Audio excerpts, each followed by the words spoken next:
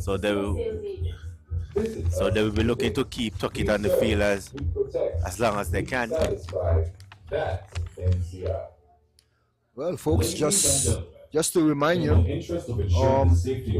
this 2024 league is sponsored by National Bank Group of Companies, and this technical center has been renamed the National Bank Technical Center, as National Bank has put their stamp on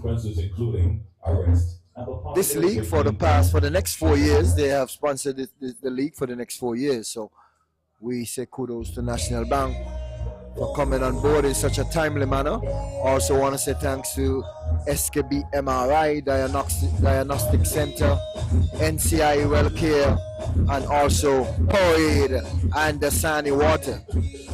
All our sponsors, but our title sponsor, National Bank.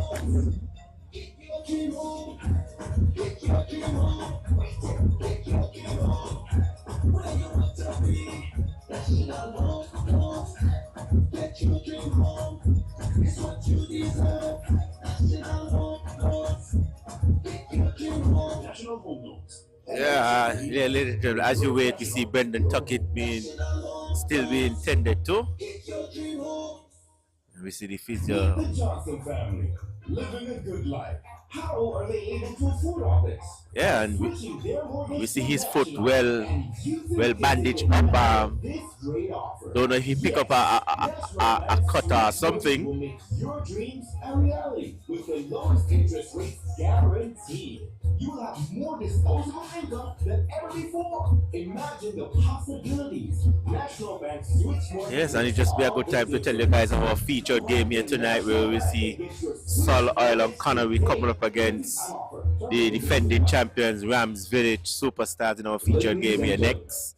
In the interest of ensuring the safety of both players and officials. As we know, Village coming off a 3-0 loss to Old Road United in their last game, and Connory also coming off a loss against St. Paul. So both teams will be looking to get back to winning ways. Both teams will be looking to get into that top 4 position.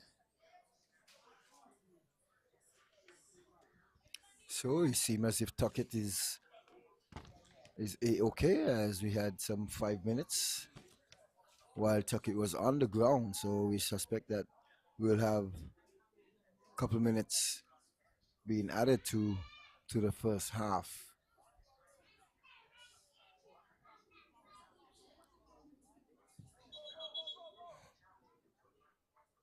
Yeah, as I'm checking my team sheet here, I'm not seeing Steve Archibald. Well, he's out on cards. Also for Hot Spring Bat. Myers is not in, but Newton is back in. Newton is back in. Yes. Newton was out on cards, and Myers had to hold down the defense there with a sort of a makeshift defense against Newtown. And now Myers is out, Newton is back in, and Newton will have to do likewise in terms of holding down the defense without Myers. We know that both of them have been a force to be reckoned with for the season. They have been playing very well as a team in defense there. But it's Challenger finds Chubney, and Chubney goes to Adams. Adams looking to chip this one over for Hajari, and Hajari's in an offside position as the flag goes up on the eastern side. Yeah, seems like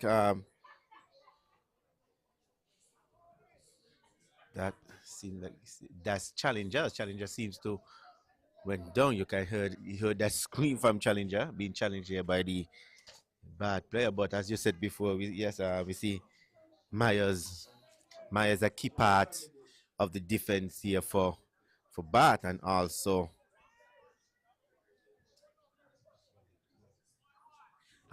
Newton. Both guys senior players, show both guys have a chemistry that they build, and as you said, both guys has been very instrumental here for Bath this season.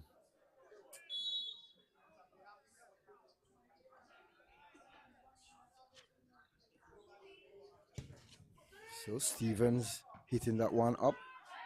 Lavier takes and goes back.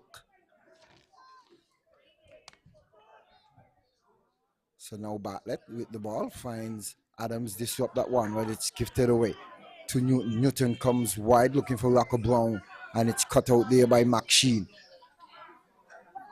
But Danwar, using his big upper body, Rocco Brown controls, and it's a tussle between McSheen and Rocco Brown, and McSheen leaving the ball, and seems as if McSheen forgets he's playing with a whistle. There is no whistle, but McSheen is trying to stand over the ball and forcing the referee to make a call. Yeah, right. Well, I don't know what McSheen was thinking about. One putting that one into the box, and that one not connect properly there by Bartlett. And McSheen now looking to play this one upfield. Finds Adams. Adams looking for Percival. Percival looking to run down this one, and yes, he managed to keep it in and gift it away there to Newton. Newton now comes wide, finds Rocco Brown. Rocco go on the inside, finds Bartlett. Bartlett swivels and turns, finds Dorset. Dorset looking to play through that one over on the opposite side there. It's bad, looking to thread the needle.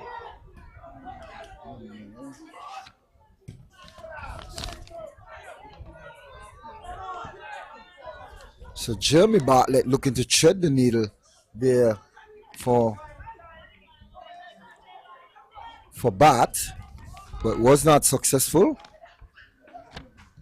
And trying to find Lavier again, and both of them not seems to be on the same page. Lavier is standing and hoping that one would have been played to him, but Bartlett playing that one into the gap. Valor must say though, we have a few players on the bad team who is Bartlett. I'm not certain Yes.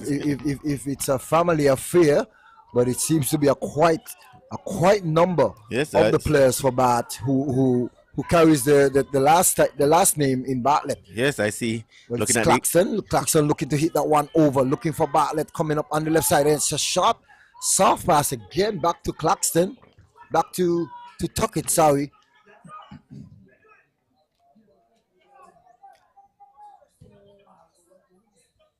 But it's Bartlett with the ball now.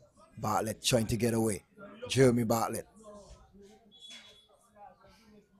Jeremy or Jermaine? Jermaine? Jermaine.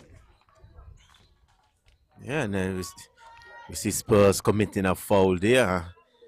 It's been, you see Bart putting on some pressure here on Gordon Hotspurs. Well, we know, as we have Seen in the past, Bat has been a team that they will run for 110 minutes. Even if they're down, they continue to come at you and play up until that final whistle. They have that young legs that they can sustain throughout the 90 minutes. And we know when it comes to the 70th minute, and there's a shot coming in there from Claxton, Justin Claxton, from some 50 to 60 yards out, and not much trouble there for Tuckett, as Tuckett just backpedaled to ensure that one was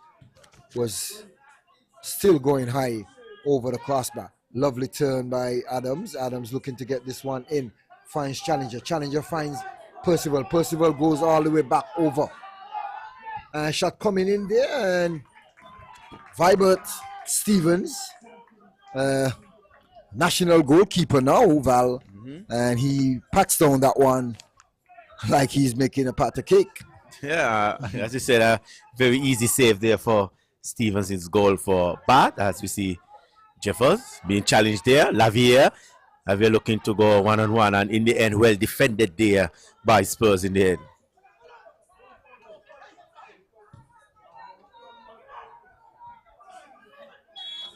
Well, Lavier failing to take the shot there, Val, as he was surrounded by two Spurs players. Valman Jeffers making a little mistake there and allowing Lavier to get on the inside of him, almost giving up too much space as Dave Warner came across to block him out from taking that shot. But it's a free kick for Tropical Blossom Hot Spring Batch United, and this one is just some 5 yards off of the 18-yard box, and Newton alone is standing over the ball.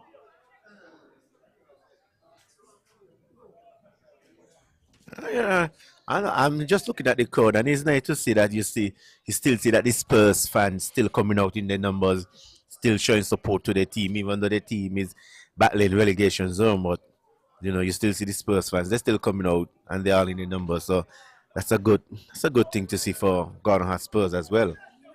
Well, that's the type of community spirit that you ought to show. I mean, not because your team is down, you just give up on them. They need your support still. They need your support to help them to fight to see if they can fight their way out of relegation. But it's a free kick. The whistle goes. Newton fires and the wall does his job. Next shot comes in and it's blocked there by Garnett Spurs. Challenger now hitting this one upfield as Claxton comes across. Claxton is all alone, hitting back that one to Vibert. Vibert touches it to Richards. Richards back to Claxton. Claxton on the inside finds Bartlett.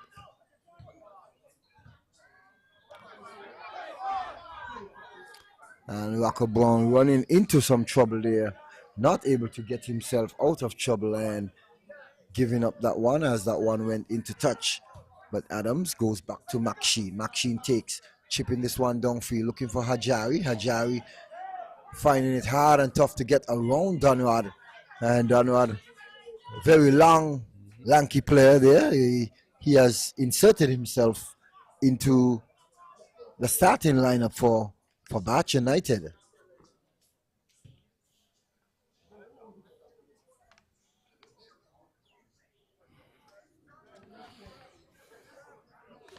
So Coach Claxton, each year, Val, I must say, we have seen Bat improving step after step, and this is what we want to see. We want to see progression.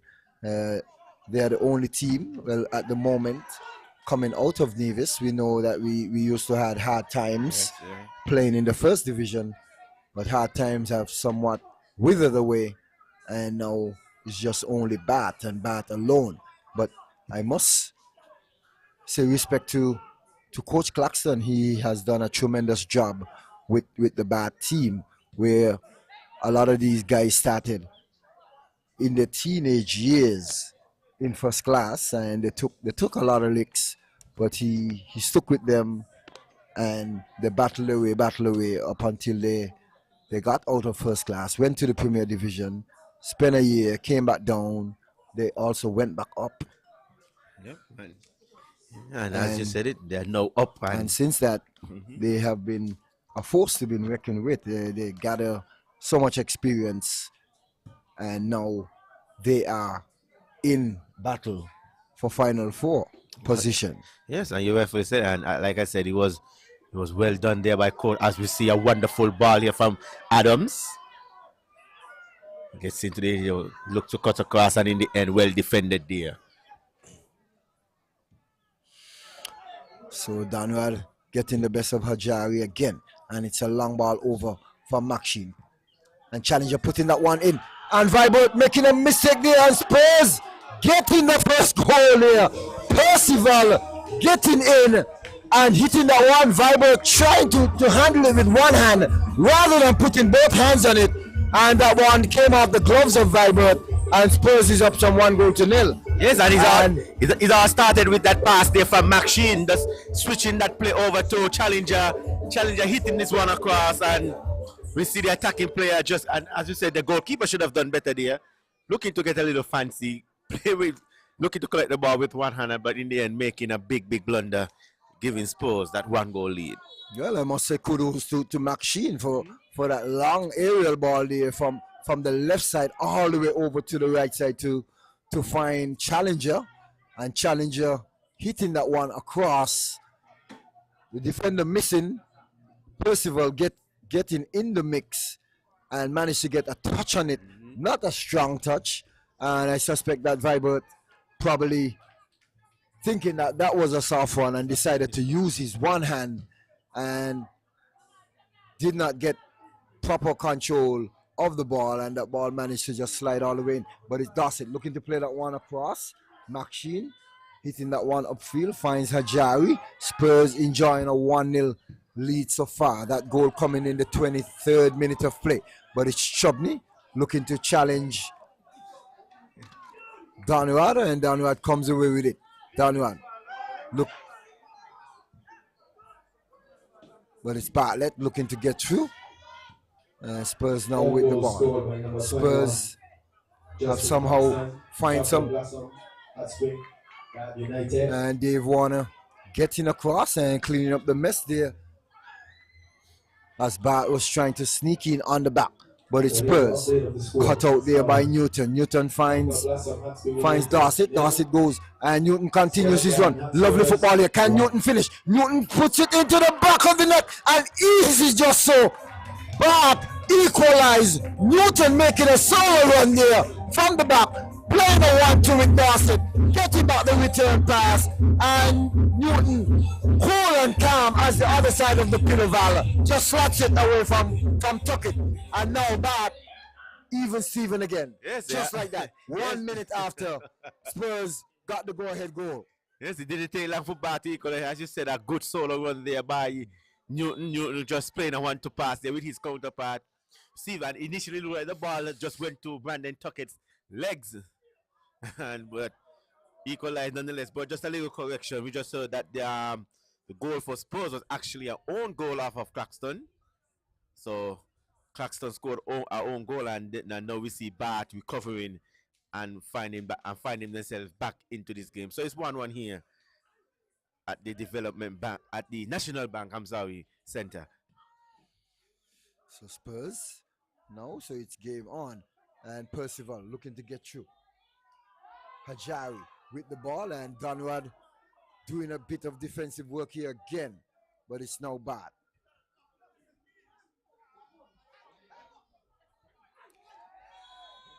And it's a foul committed against Chubney. Chubney getting there late. Chubney getting there late against Dossett. Dossett beating Chubney to the ball, and Chubney catching that trailing leg of Dossett. So Bart now seem as if they have warmed up and looking to get update of score. Tropical Blossom at Springback United 1. Well, it seems as if we're gonna have a water break, Val. Yesterday we saw in the first game when Newtown United came up against Development Bank St. Peter's. They had a water break within the first half, and the place is very cool though. Not sure what's the purpose for the water break though, but it's very cool. Not too much humid, but there's a water break nonetheless. And some of the players perhaps glad for this water break to get a little breather, get a little wet throat. But ladies and gentlemen, it's game on here. Spurs drawing first blood in the 23rd minute, and 1 minute after we saw Hot Spring Bat coming back and getting the equalizer. Last night though, Val, I must say in the first game, we saw two central defenders getting goals of their own, where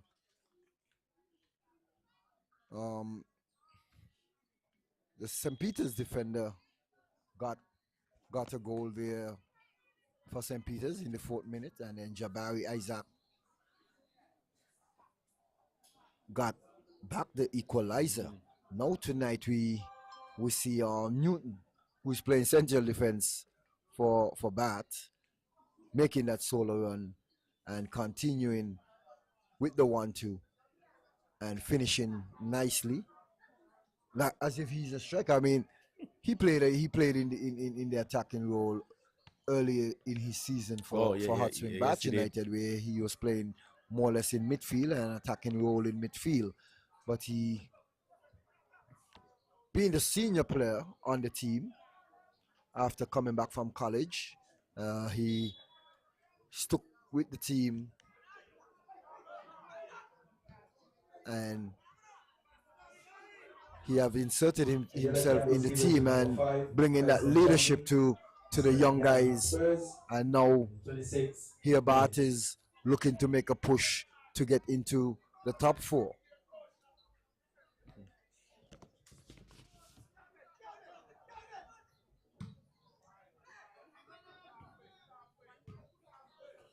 But it's Lavier with the ball looking to go back to Bartlett, and Spurs taking over that one. Hajari speeding up on the right side, tripping up Newton, and Hajari is called for the infringement there. Yeah, see Newton now grabbing that it seems like that's the right ankle. Yeah, Hajari just, as you say, Hajari just chipping up on there on Newton. But there you see again that the long ball, it seems like is working for Ghana Hot Spurs. And we see a couple instances where Spurs switches with that long ball and is being effective, being very effective for them. I know the defensive back will be aware of that.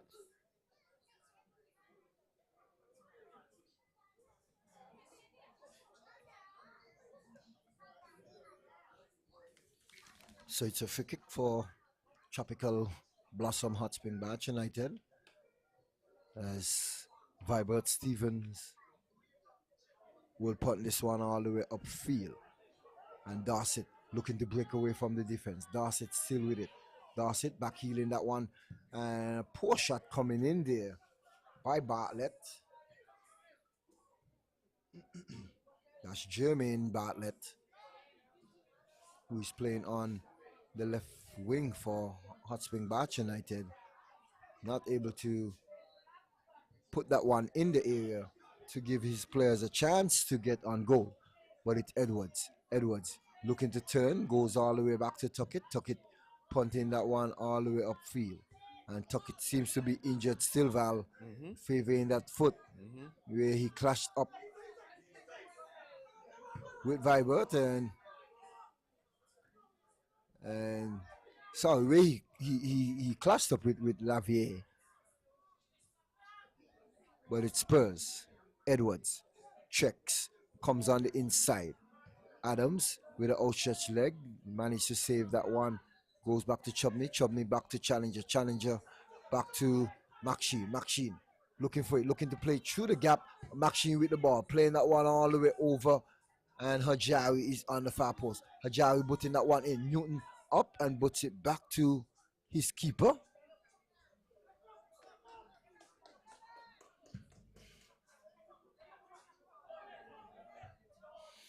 And Warner finds Chubney. Chubney back to Baptiste. Baptiste with a lovely turn, looking for Percival. Percival running into the back of the bad player. That's Tiquan Bartlett.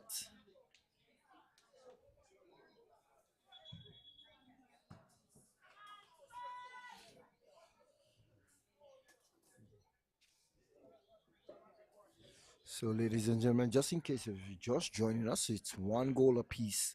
Spurs went up some 1-0 in the 23rd minute, but it was not for long. 1 minute after, Bath came surging back with the equalizer off of the boot of Newton. And Rocco Brown firing a shot there, and that one hitting Maxine across the head as Maxine goes down, and the referee bring the game to a halt as we see the physio sprinting across the field. And she has been very, very busy so far within the first half of this game. We're just about some 33 minutes into the game as this one is deadlock at 1 goal apiece.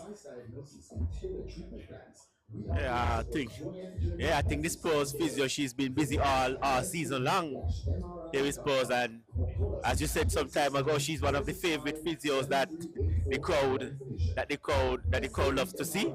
I think she's a crowd favorite. You know, every time she comes on in the field, and you see the crowd just they get excited when they see her. So Well, I must say we have quite a few female physios who is doing a quite handsomely job for all these clubs. And we say kudos to all the physios on a whole. They have been quite busy throughout the season, where they're taking care of these players on and off the field. And we trust and hope that the players on the other hand are doing themselves justice in terms of trying to take care of their bodies and keep themselves up to scratch and fit for the game. They can depend on the physio to do just about everything. We kindly request your cooperation in refraining from yeah, and as smoking, you including rightfully said, all the physios been doing a great job this season. cigars, and any So like I other said, big up smoking to all the substances. physios out there.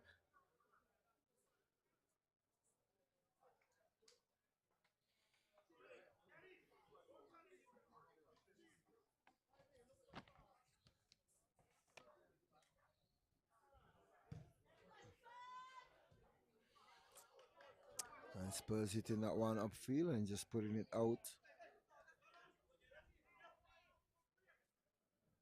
And playing the fair play. As Bat had the ball. And when the referee bring the game to a halt, and Spurs just decided to give back Bat the ball. But it's a throw-in for Gan Spurs on the western side.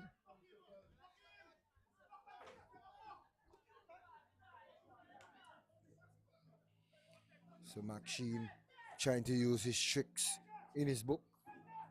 Challenger looking to cut on the inside, and it's a throw-in again for Gan Spurs. Challenger throwing that one in, and Chubney and Bartlett caught in a little tangle there, and Bartlett is called for the foul. So it's a free kick.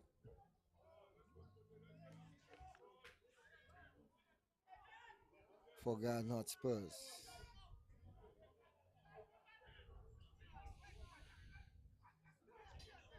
So Maxine standing over the ball, and he's just waiting for the whistle. Maxine now steps up, looking to put that one on target and hitting that one very poorly. And looking like he hit that one with the outside of the foot, trying a banana kick there, but was not successful in doing so. Yeah, I think he took the wrong approach. I think he should have hit that one into the box, giving his teammates a chance to go on goal, but instead he looked like he went straight to goal and in the end didn't succeed on that moment. But here we have Newton now, Bat looking to counter attack. Well, it's Edwards finds Hajari. Hajari to Adams. Adams dummying that one and just leaving it as it rolls through to a bad player. Rocco Brown now using his pace against Maxine. Finds Lavier on the inside. Lavier is trapped between Jeffers and Warner. And Jeffers booting that one away. And now Maxine just back heading that one to his goalkeeper. As Maxine goes to the ground now, and he's signaling to the referee that he needs some help, and he's also look like he's calling for the physio to come and give him some attention as well. Yeah, actually, he's been very busy here. He's been very busy both defensively and offensively. You know, we see him. He's trying to go forward and then he tries to get back. And now we see him just heading off the field for a while, showing a bit of frustration. I don't think he's gonna need a substitution because we haven't seen. That's Well, it's a change of boots. boots. Yep. You seem as if his boots have given out on him, and you know these fancy boots. They don't hold up too well. The weather condition plus the feel down here is not in any condition for these type of boots that these guys are ordering out of the US or out of the European countries there, and they seem more or less to go for the light fancy boots, and it does not last too long. But my choice of boots, Val, has been Copa Mundial, and for me, those boots, those are real leather, and they tend to stretch and take the shape of your feet. So that's one of the reasons why I like my Copa Mundial, but it's bad. On the left side, Dawson hitting that one over, Tuckett comes off his line, collects nice and easily. And there's a player down for Bat as the referee stops the game. It was Jeremy Bartlett.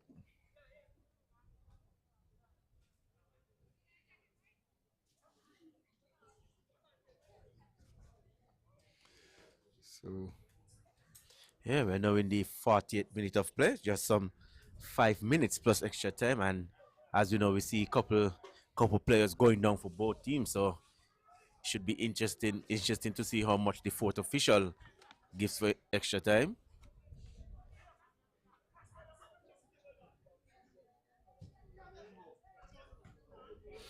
So Maxine control after changing his boots. Adams flicking on that one for Challenger.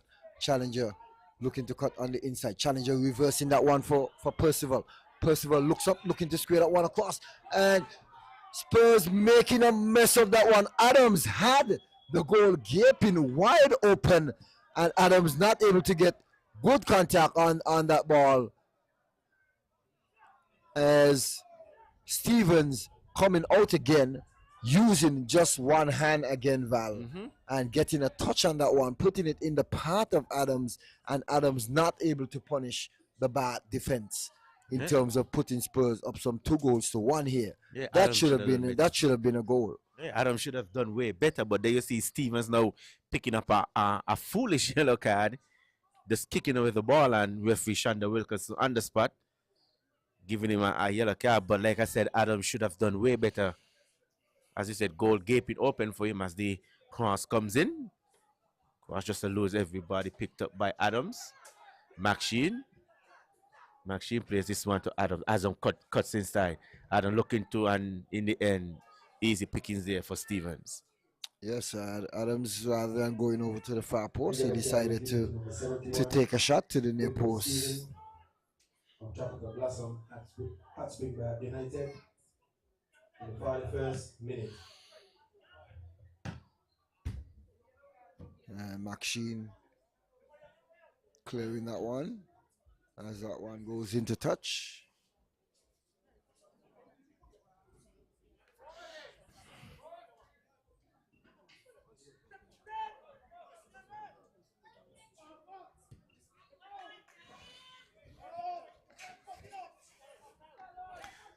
So Newton comes across, finds Claxton. Claxton to Bartlett. Rocco Brown looking to play that one down into the channel for Jeremy Richards. But Spurs comes away with it. Challenger looks on the inside, gifts it away. And Percival looking to run down the line. But instead, Challenger playing that one into the gap. As the linesman puts up his flag for a throw-in for Hot Spring Bath United. We are now in the 43rd minute of play. And Newton looking up, looking to tee up one as that one goes harmlessly wide of the target.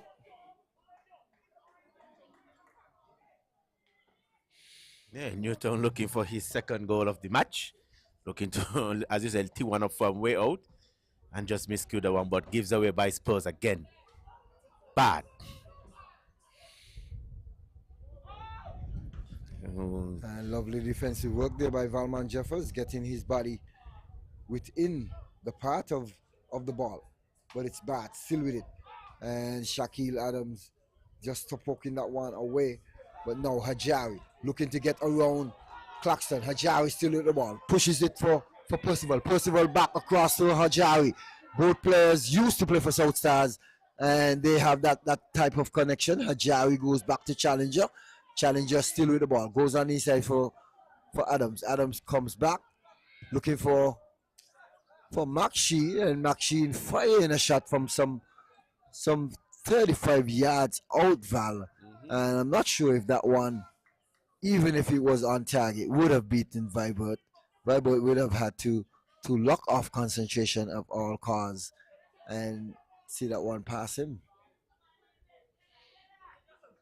No, yes, but as I said, Spurs they're looking good going forward. It's just that the defense is letting them down a little bit. But going forward, they're looking good. We see Adams looking to take full control of this game. He's the midfield general right now. He's making the passes. He's making the runs. They just need someone to just finish those final passes now. And like I said, they look very good going forward. But we're in the 45th minute of play. Still 1-1 even Steven here with Deadlock. Spurs getting the first goal and Bat surging back 1 minute after to get the equalizer. McSheen goes wide to Challenger. Challenger back on the inside to McSheen. McSheen loses out on it. And Percival got fouled there by Claxton and winning himself a free kick. And this could be a good potential free kick there, a good potential area for a free kick. We know that McSheen can wrap his foot around the ball. Also, Adams can wrap his foot around the ball and get it. Once they can get it on target, we know that it can be and it can cause problems for any goalkeeper. Yeah, but I know Maxi would have preferred this to be on the other side of the pitch. But let's see what Spurs work on the training ground. And Adams hitting that one using the wind, and that one just sailing over the crossbar. But seemed as if Stevens had that one covered up, and Shaquille Adams hitting that one with good pace and getting it on target there, and that one caused a little stir in terms of forcing the bad players to just hold their breath a little. Ladies and gentlemen, fourth official has indicated that there will be a minimum of 4 minutes added to the first half. I repeat, 4 minutes added to the first half. Well, Val, I'm not sure how Shanda came up with the 4 minutes. Yeah, I mean, yes, I asked that same question. I think it should have been more time, but nonetheless, it's 4 minutes added to the first half as we see Challengers Wigglesworth gets in the 18-yard box. Now finally crosses in. Not cleared of the danger areas yet. Challenger back to Adams, and in the end, Bad looking to just clear their lines. So it's 4 minutes here in this first half. It's still all square 1-1.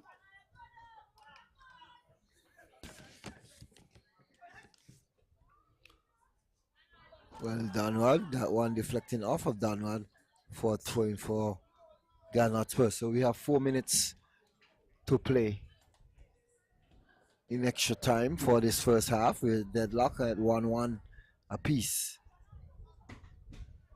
McSheen screen at one all the way across the field, finds Warner. Warner finds Edwards. Edwards with the ball. Edwards looking to get into the mix as Bartlett forcing Edwards to the ball.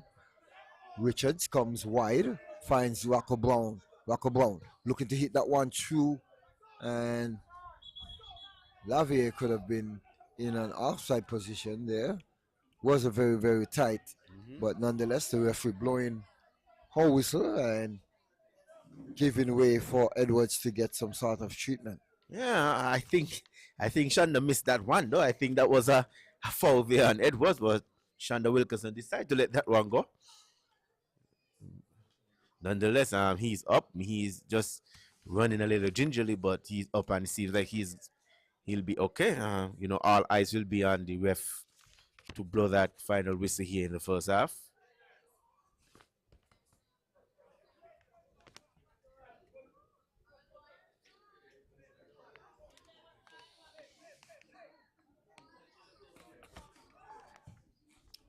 So, God, not Spurs looking to build from the back. Warner goes all the way back to Tuckett, and Tuckett controls. Punting this one all the way upfield. Edwards takes on the chest. Adams looking to go wide for Hajari. Lovely ball. Newton getting there first. Newton using his body. Newton slipping and sliding. Hajari goes back to Edwards. Edwards looking to swing that one in as that one bubbled off of the chest or the face of Edwards.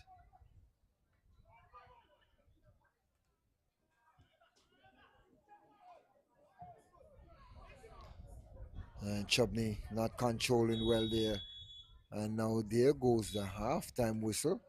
So Spurs 1, Bath 1. And ladies and gentlemen, as we bring this half to a close,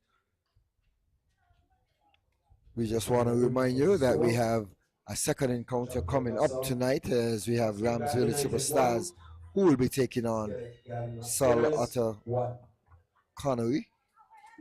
Otter Supply Connory in our second encounter. So stay tuned, stay locked as we come back with 15 minutes after a 15 minutes break of football.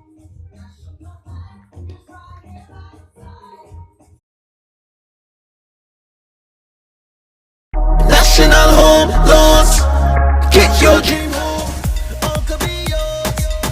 Walk through the door, come take what you need, get you the keys, all could be yours, what you deserve. National Home Loans, get your dream home, get your dream home, right it, get your dream home. National Home Loans, get your dream home. National Home Loans. Home ownership made easy. When you're with National, you're home.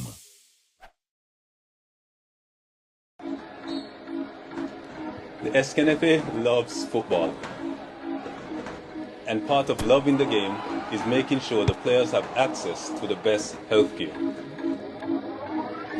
Never before has the association taken such a big step in looking out for our players.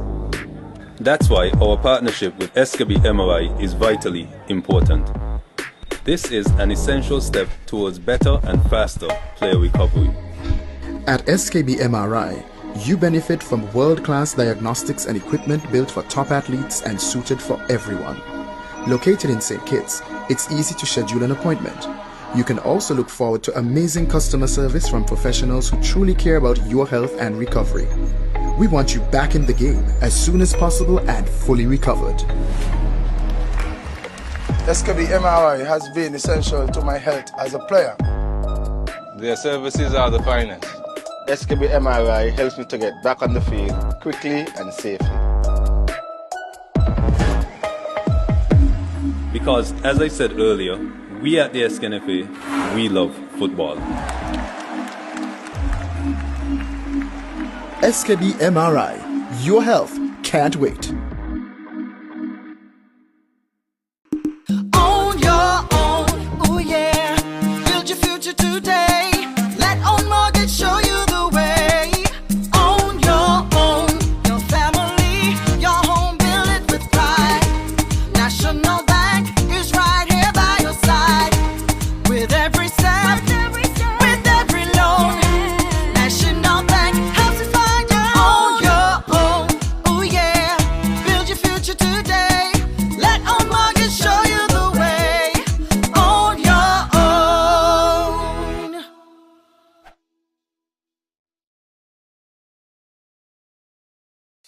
You're never too young to start planning for your financial future.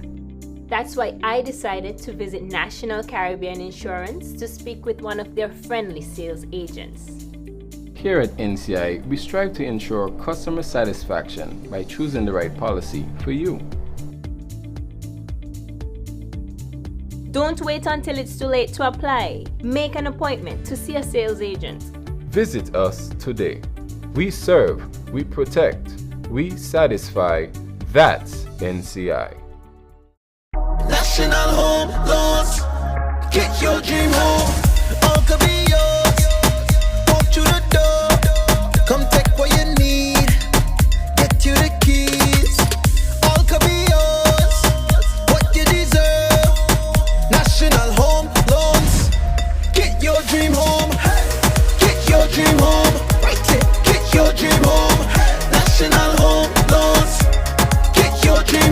National Home Loans. Home ownership made easy. When you're with National, you're home.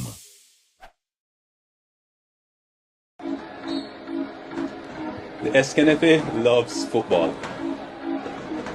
And part of loving the game is making sure the players have access to the best healthcare.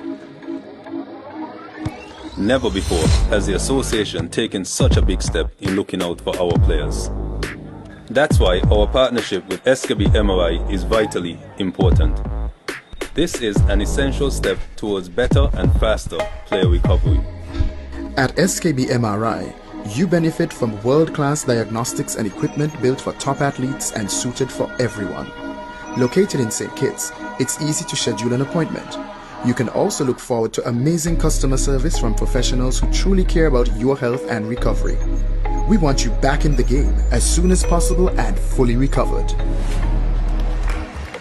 SKB MRI has been essential to my health as a player.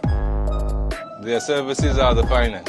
SKB MRI helps me to get back on the field. As I said earlier, we at the SKNFA, we love football. SKB MRI. Your health can't wait. On your own, oh yeah. Build your future today. Let On Mortgage show you the way. On your own, your family, your home, build it with pride. National Bank is right here by your side. With every step, with every loan. National Bank helps you find your on your own. Oh yeah, build your future today. Let On Mortgage show you the way. On your own.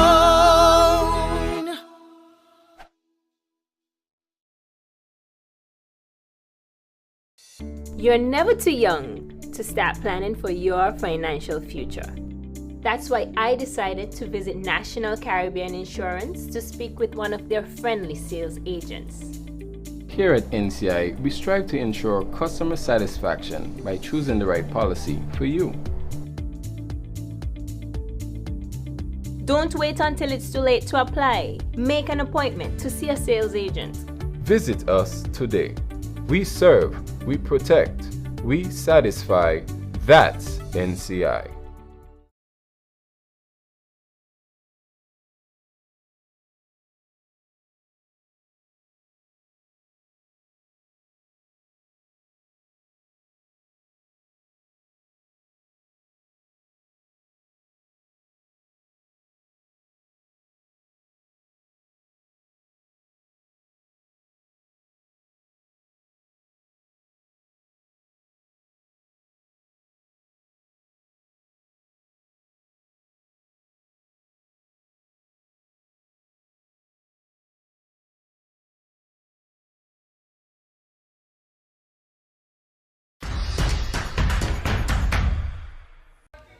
So Madasaho with a long throw.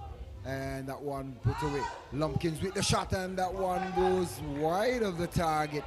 And the frustration continues to build up here for Connory. Not even. And South Stars looking to try and get even maximum 3 points. But ball played through. And ball played, and it is in the back of the net. That one deflecting off of Kadeem Lewis. Or it seemed as if it was an own goal there by Stanley. Turn inside there by Archibald, find Shaquille outside of the box. This one breaks inside, and the goalkeeper just getting a hand to it. There was Zion Award for the Old Road Jets. Still more for the play's gone ahead of the play. He has a chance to score, and the goalkeeper brings off a spectacular save. Oh my word, Brandon Tuckett. Coming and going. There was a chance there for Nickwan Brown to score. He tries to chip the goalkeeper. He went full stretch to his left and was able to power that. The warmness and the humidity.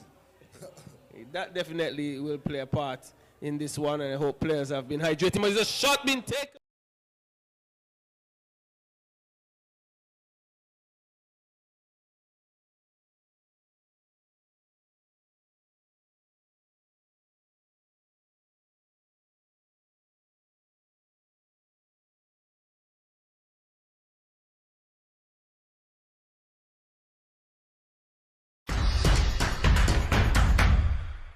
But here is Old Wood breaking forward, still with it, and overhit and met by Gillard again, but this one dispossessed by Williams. Williams looking to come forward, finds Lake. Lake finds Williams and he tries to pass that one into the net. This one finally into the net by Giovanni Lake, and it's goal number 1 for Old Road. Well, Zakis did not able to hold on that one. That ball bubbled around and Lake finally get that top poke in and putting it into the back of the net. And Williams comes away with it. Williams with the ball.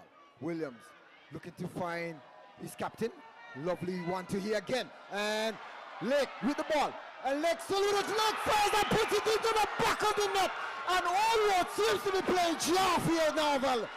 Boxing the ball around Village. Village not sure what's going on. Some lovely one to started with Tiquani Williams in the middle. Takes it away.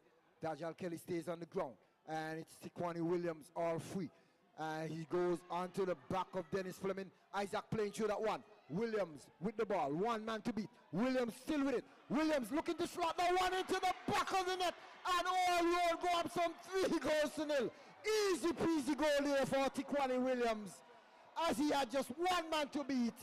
Beating Austin Henry and slotting it into the back of the net.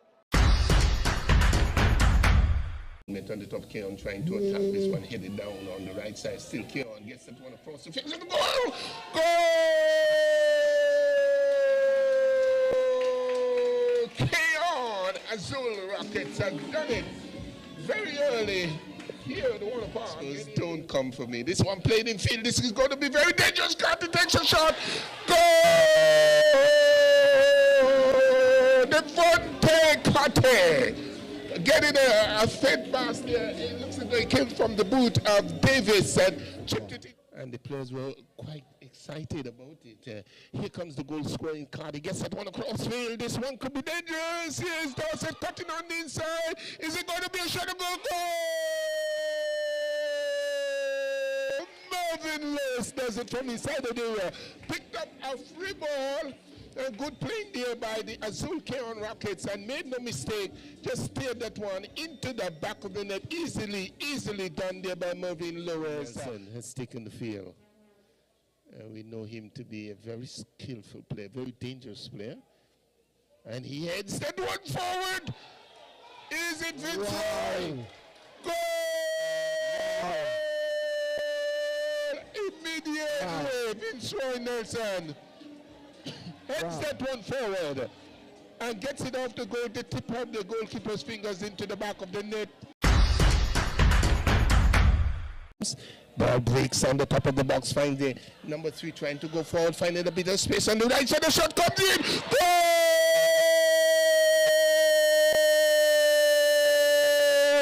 Yes! Tropical Blossom, Hotspring Back United has scored. Comes away with it easily. Hodge looking to play that one down the challenge, finds Bergens. Bergens not able to control. Myers looking to put through that one. Lavier is putting that one into the back of the net. And Bart going up some 2-0. Lavier caught in no man's land. No one is marking Lavier. Okay, thrown in very quickly by Lyndon Davis. Finds Shaquille Bazi, tries to square that one across. It comes at the top of the box, a shot, a goal, scores! Oh my, that's Nurse, huh? Aiden Nurse picking up a ball across.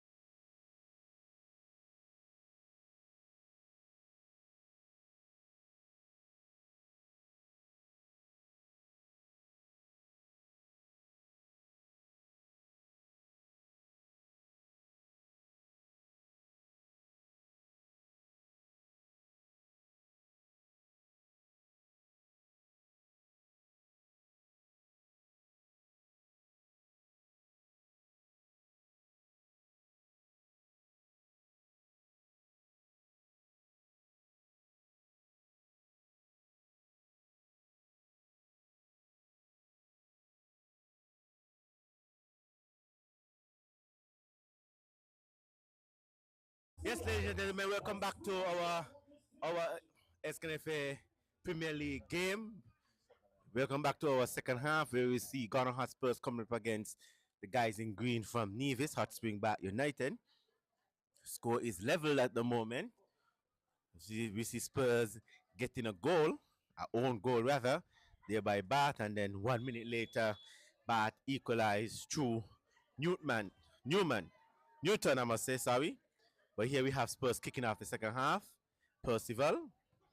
Spurs looking to attack down the right-hand side. As we see Bat having to defend, but Bat gives it away, picked up there by Adam. Adams looking to shoot. And the end. Miskick this one. Ball heading over. Not troubling goalkeeper. Stevens in goal. So we have a goal kick here to Bat. If you just join us, like I said before, is a 1-1 situation here where Spurs getting the first goal and then Bat coming back 1 minute later to equalize. Gives away by Captain Adams, picked up there by number 7, Bartlett. Also, his number 14 player, he looking to hit this one up to Rocco Brown with a foot chase against. And in the end, well defended there as you see Tuckett. Looking to lay this one for challenger, picked up there by Adams now. Adams racing away from Bartlett. Adams looking to direct traffic, hitting this one downfield for Percival. And there we see the experience of Newton just shielding this one.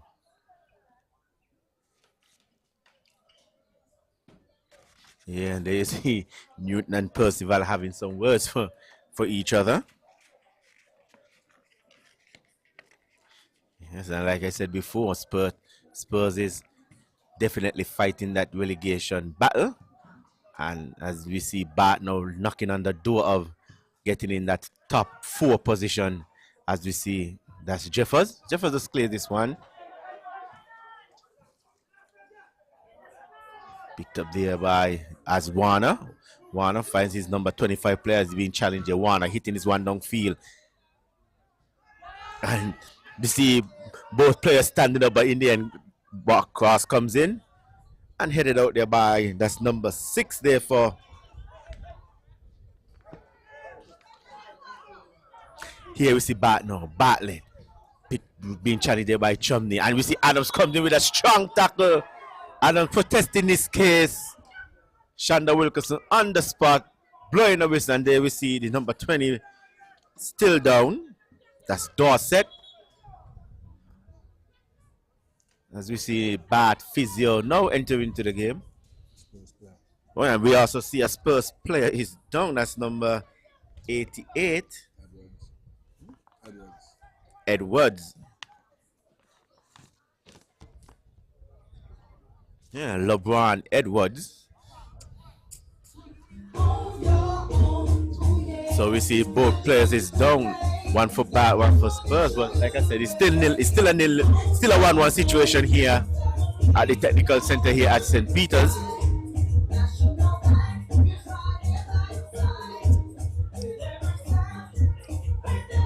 And yes, and don't forget our featured game coming up later, where we see the defending champions Rams Village Superstars coming up against the boys in yellow.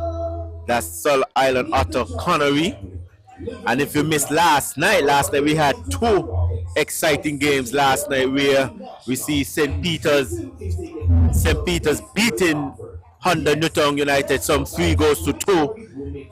And then we had our featured game from last night where we see St. Paul's coming from 2-0 down to draw with Old Road United. Old Road leading that game in the first half, dominating that first half.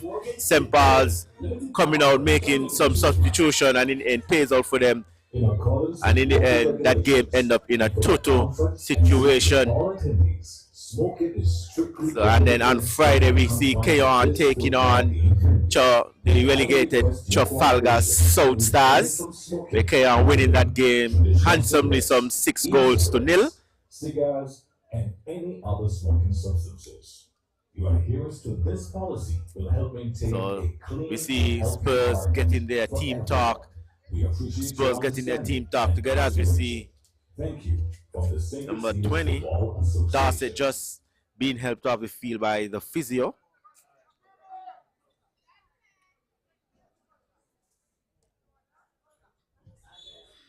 Yeah, we see the crowd just building nicely here, Ocean.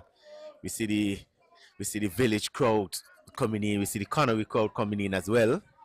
So it should be a big bacchanal here tonight in our featured game. Well, we do hope that both teams bring the energy, the football energy, as we said, as we want a good game on hand. But it's Lavier puts it to Richards, and Richard puts it into the back of the net, and Bart going up some 2-1. Lovely football here by Bart. Lavier squared it across, finding Jeremy Richards, and Jeremy Richards putting it into the far post, putting Bart up some 2-1. And Bart now in control. Tuckett is on the ground, rolling around, and seems to be in some pain still, and very, very disappointed that that one went past him, and Jeremy Richards celebrating his first goal of the season here. Yeah, I just say initially mistake come from the defense there of Spurs and allowing that bad go, but we see Richards just composing himself. All he had to do, just finish this one into the far corner. Bart coming from 1-0 down. Now they're leading this encounter some 2-1. Yes, indeed. And Val, we know that Spurs, as we said, is in relegation, and Bart is just trying to seed themselves in the top 4, while Spurs trying to win their way out of relegation. But Bart, on the other hand, have different ideas. They have plans to be in the 4, so they are playing to get into the 4 as they're leading this encounter by some 2-1 now. And we know that first division is being played here for this season. All the games have been played here, so first division have finally found a home. Challenger looking to get beyond, and Challenger putting that one into the side net. Challenger not able to latch onto the rebound and put it into the back of the net, Val. Challenger getting a second bite of the cherry as Vibrot came out and deflect that one off of him. Challenger got it back and was not able to put it across the face of the goal as Percival was waiting. Yes, and you see Percival telling him about it, giving him a piece of his mind there. But nonetheless, Challenger didn't get that one across. But we see Bart surviving and still in cruise control of this game.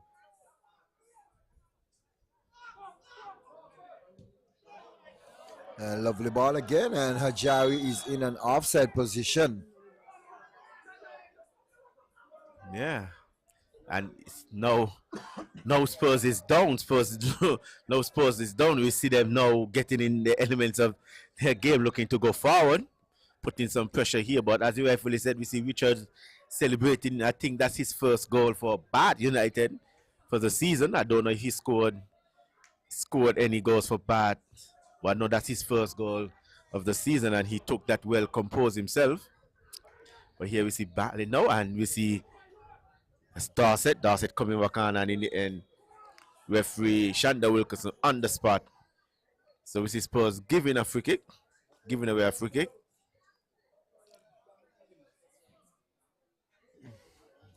There we see Wacko Brown just making his way over.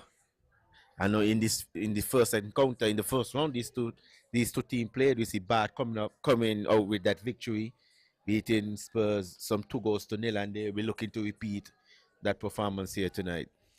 Yes, indeed, and it's a free kick for Tropical Blossom Hot Spring Bath United, and Rocco Brown is doing his measurements, doing his steps, and ensuring that he lines up well behind the ball, and he will try to use the wind as he tried to curls this one around. But Brown looking to hit that one, and that one goes straight and directly to Tuckett, as Tuckett wraps up that one nicely there and just puts it away. But it's strong tackle coming in there by Hajari, And referee Shanda Wilkinson is on the spot, and now we'll be having a word with Hajari. Yeah, I think referee Shanda thought Hajari came in with a dangerous 2-foot tackle. And Hajari is now getting a verbal warning from referee Shanda Wilkinson.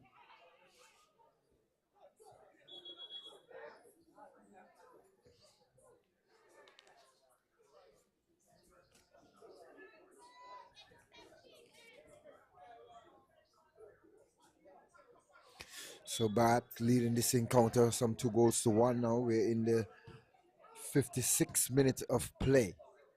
Can Bath hold on or extend their lead? Or can Spurs dig deep and get back? But it's Rakobong looking to fire a shot as that one goes wide of the target, just across the face of the goal. And Bath putting another chance to go big in here. But it's tuck it to Jeffers. Jeffers looking to hit a long punt upfield. And Donrad cutting out that one. Just heading here is Jeremy Richards coming across. Shaquille William Adams not able to get control. Jeremy hitting that one down for a foot chase between Baptiste and Bartlett. And Baptiste coming out on top of that one and just putting that one into touch for a throw-in for Hot Spring Batch United.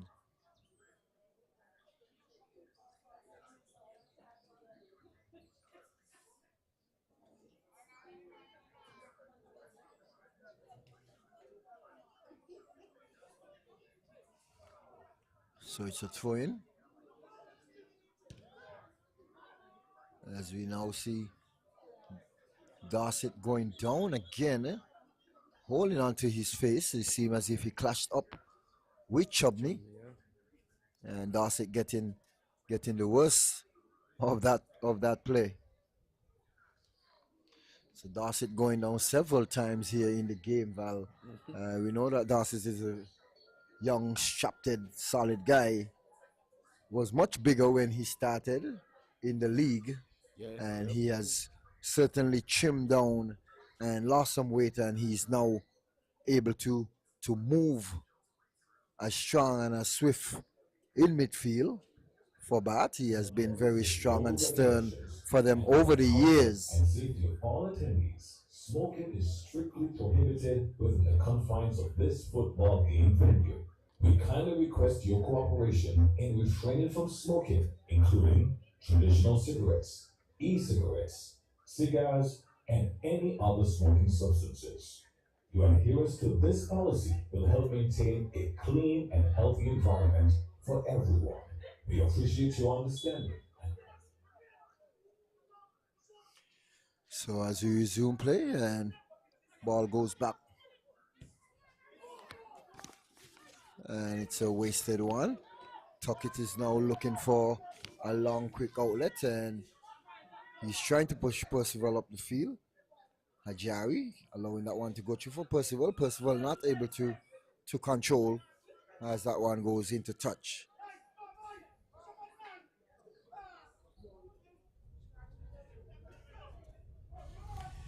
And we now see Valman Jeffers trying to command and push his players up to just press high. And it's a poor pass there by Bart. That's Claxton almost giving away that one there to Challenger. But luckily, Donrad getting back and just picking the pocket of Challenger. And Challenger was forced to foul. So it's a free kick for Hot Spring Batch United. Vibert Stevens will now come out and take that free kick. As we said, Vibert is now in the national team setup, being the third goalkeeper. Slavier trying to get in the mix of things. And Bartlett goes to the ground, and it's an infringement against Baptiste. And Baptiste will pick up the yellow card. Yeah, I think Baptiste was protesting his case that he was the one who got fouled. Nonetheless, Shanda Wilkerson giving a foul there to Bath United. And in the end, Batty's just picking up a yellow card. So, seen some yellow card issue in this game already. So we're just about the hour mark. And it's a free kick for Hot Spring Bath United. They're leading this encounter by some 2-1. So just in case you're just joining us, we welcome you to our broadcast. Those of you watching and viewing via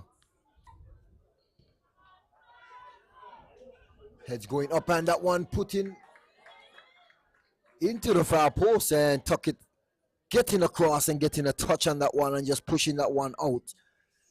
And it's a corner for Hot Spring Bath United. Spurs not dealing with those balls in the box as quite handsomely, and Bath continues to pour on the pressure on Bath. So we see Bath making a triple substitution. Yes. And three usual players who usually start. We have Lewis, we have Jeffers, and we also have Richards coming in. So 3 vital players for Bath, and this is more pressure for Garden Hotspurs. And lovely ball over. And Lewis sprinting onto that one. Lewis looking to go back to Donrad. Donrad squaring that one across as that one goes all the way through for Tuckett. And Percival now with the ball. He's challenged there by Richards. Adams looking to get through and cut out there by Lewis.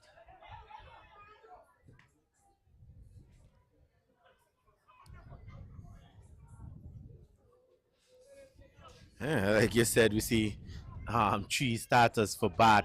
Just coming off event, we know Chris Jeffers is a sure starter. He's one of their better midfield players, and he'll be looking to make an impact on this game.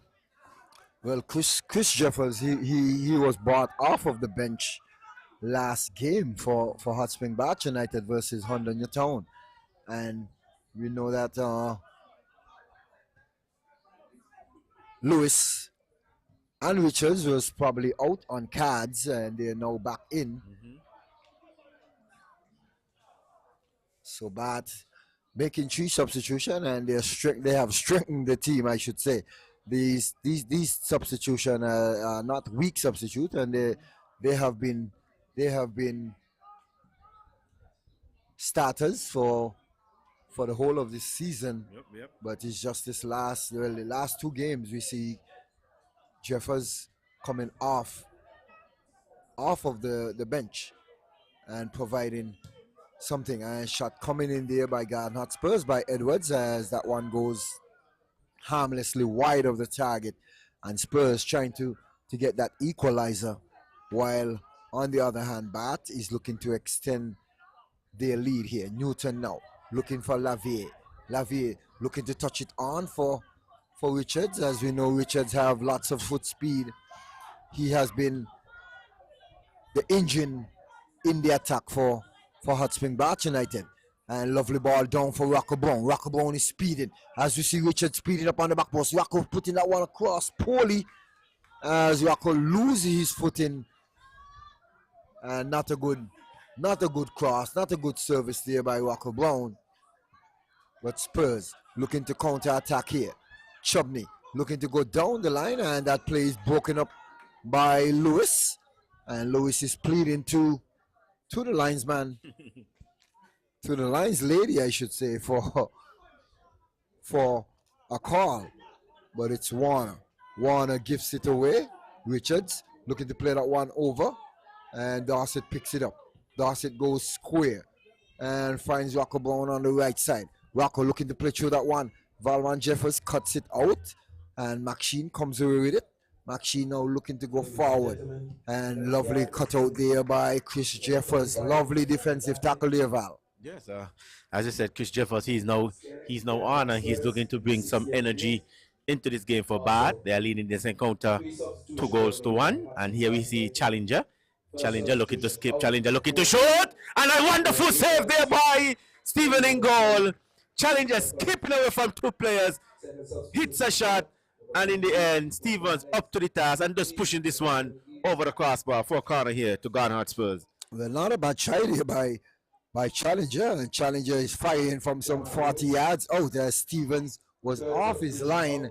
And Steven managed to get a touch on that one, as that one looked like it was dipping and could have caused a bit of stir, whether it would have just sailed over the crossbar or dip and drop into the goal. But Steven getting a touch and ensuring that that one goes out. So it's a corner kick for Skelett Garden Spurs. We kindly remind all fans that entering the field is strictly prohibited. And the corner kick comes in, and Vibert comes off his line, collects nicely and easily. Vibert Steven is a very big lad, Val.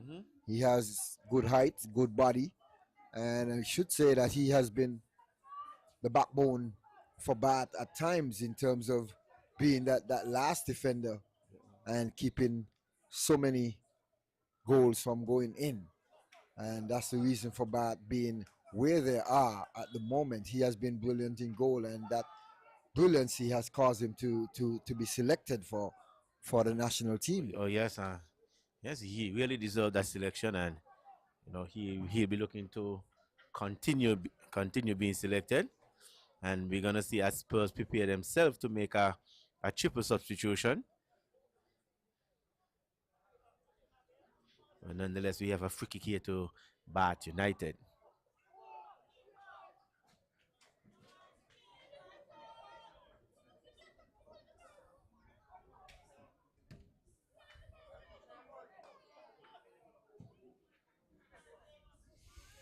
And Percival looking to challenge Newton. And Percival playing strong, playing hard, and fighting with all his worth. He's trying to put in some defense there rather than allowing Newton to get out easily. But Bath taking the short throw. Newton looking to hit this one upfield and only finding a Spurs player.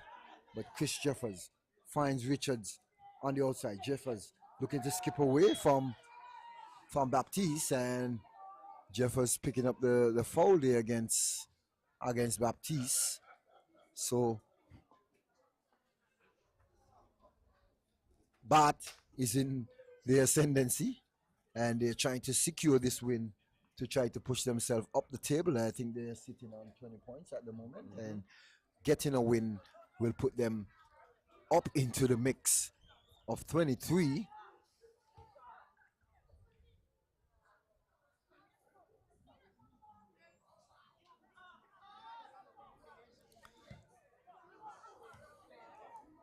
And lovely ball there, finding Rockabone. Rockabone fires that one, and that one just going across the goal mouth as Tuckett gets in a touch. And Chris Jeffers was lurking and not able to latch onto that one, that rebound, and that one just went across the face of the mouth there. And it's another corner kick for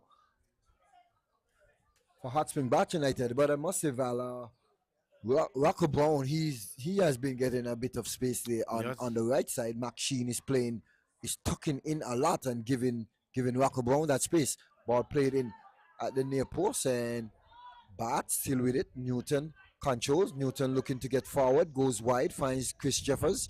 Jeffers with the ball, looking to play that one through, and it seemed as if Chris was firing a shot as Dorset allowed that one to go through his leg. So Dorset not aware of where he's at, and Spurs now looking to make a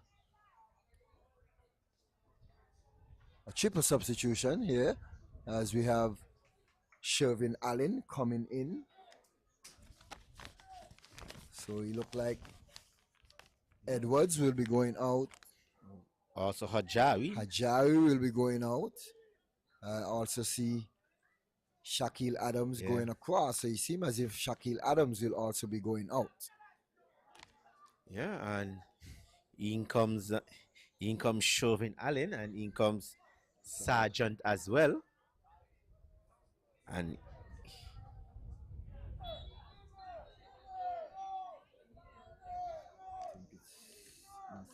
again.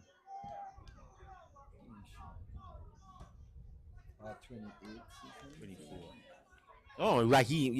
In comes Thomas as well. So yellow man looking to go with ball here. free. Can challenger get on the end and Vibert get into that ball first and put in that one out.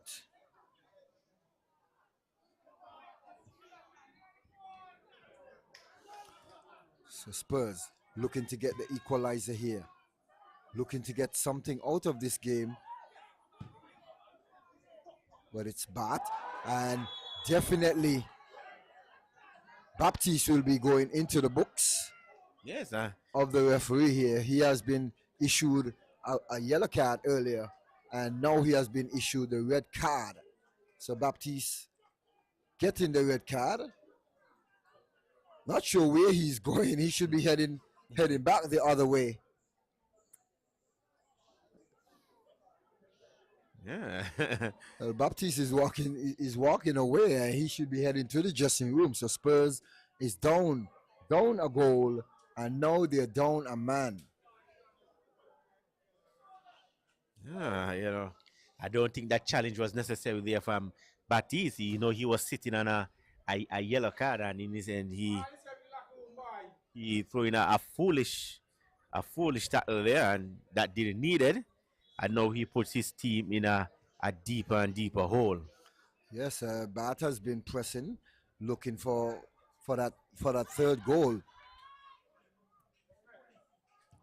Well, it's now Jeffers. Jeffers goes wide to Richards, and Bat is now enjoying some possession here and will force Garden Spurs to push upfield, which they will have to do.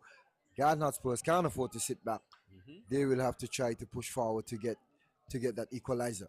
But it's Rocco Brown. He has been having his way on the right side, and he has been improving game after game. We know that he scored in the last game versus Newtown United, and he's looking to get on the board here again tonight.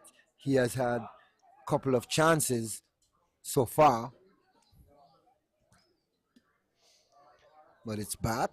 Donrad comes on the inside, finds Bartlett. Bartlett trying to get away. Chris Jeffers with the ball. Donrad finds Newton. Newton looking to play through that one, and Bart is playing high up the field.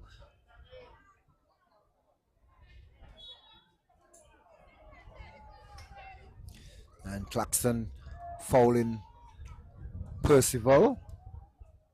McSheen looking to play in Sargent. Sargent allowing that ball to drop. Sargent controls. Looking to put that one across. Lovely ball across, and Percival looking to get his head onto that ball and putting that one out for a goal kick for Bat. So we're now in the 74th minute of play. Bat leading this encounter some 2-1. Second substitution out, number 88, number Edwards. In, number 11, Sherman Allen. Third substitution out, Shaquille Adams. In, number 24.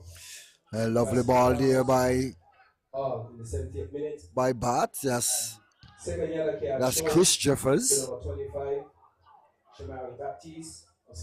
And it's all Bat so far. Spurs is playing with a man down. Jeffers comes over to the left side, finds Richards. Wide open. Richards looks to go on the inside. Chris Jeffers with the ball. As that one ricochets off of Chris Jeffers and goes for a goal kick. Yeah, and he said it's been all bad here in this second half. We are now in the 74th minute of play. Spurs have some work to do. They are goal down there, and they're still playing with 10 men, where we see Baptiste receiving a unnecessary yellow card, and now we see Challenger now kicking away the ball. I mean, Chumney kicking away the ball in frustration. Chumney already on a yellow card, and we see Shanda Wilkerson just going over, giving him a verbal warning, not issuing a card. And you can see the frustration start to creeping in on the Spurs players. Well, I suspect Shanda Wilkinson will probably give him a break. He's down. He's down a goal. So he is wasting his own time thereabout. If he was up and Bart making another substitution, taking out Rocco Brown and bringing in Armani Williams. Armani Williams.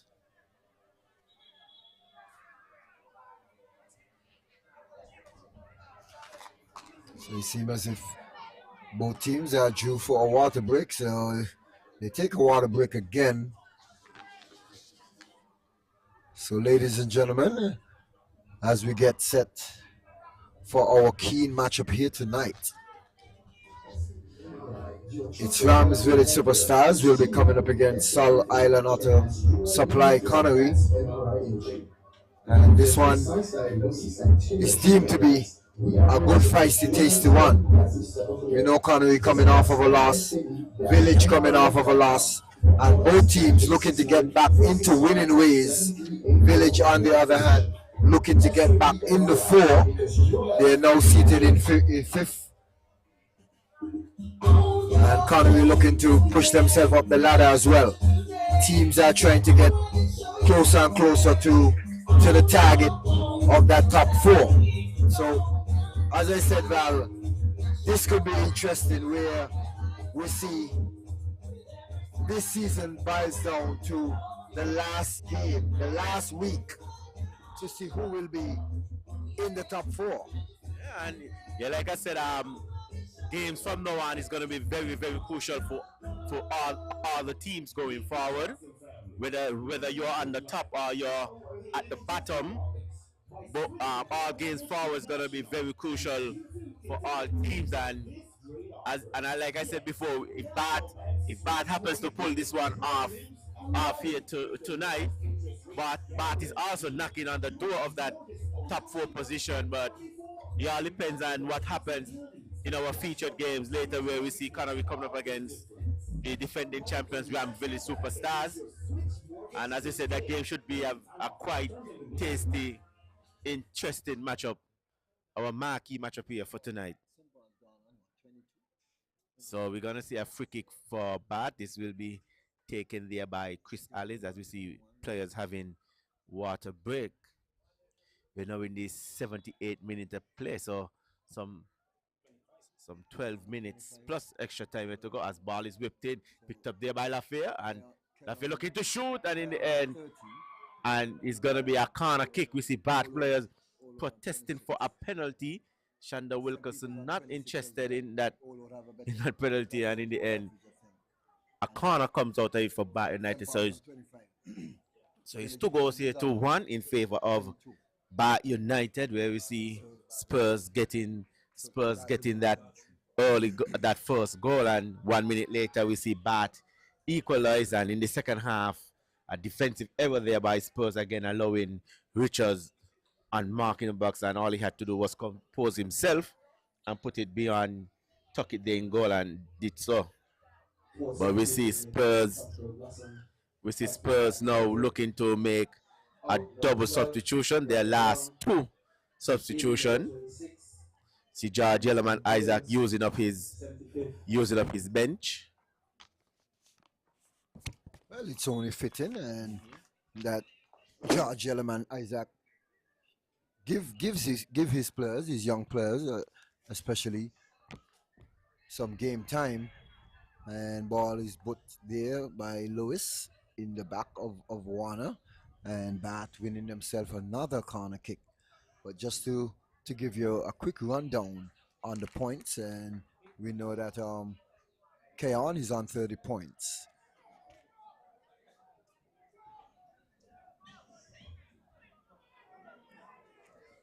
The corner kick comes in. Heads going up.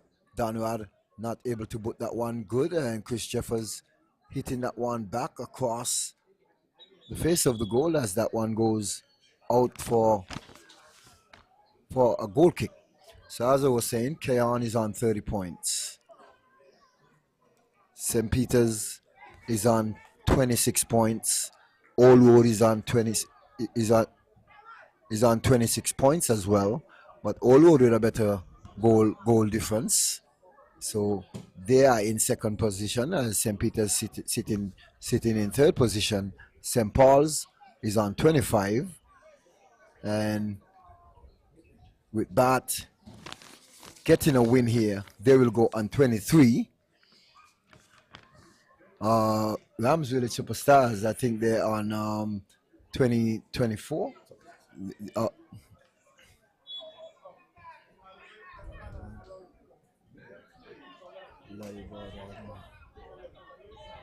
No, Ramsville Superstars is on 22.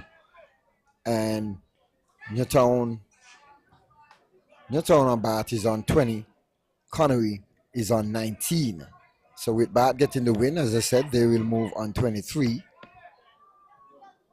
and put themselves in a good position. Another bad shot coming in there by Hot Spring Batch United, as that one was taken by Lavier. Yeah, we see Spurs making a double substitution where we see number 21 and number 22 comes in. That's Kalandra Liber and Kisavai Williams. And taken out was Percival and Chumney. So George Yellowman Isaac just giving his youngsters some game time.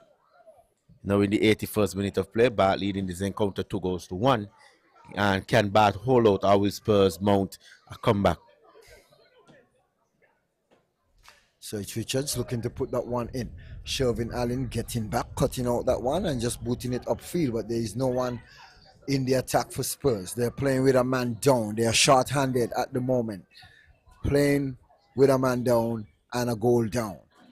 But it's Donrad looking to play through that one for Williams. Williams looking to get onto that one. He's left-footed and a strong tackle coming in there by McSheen. And McSheen does not like that call whatsoever.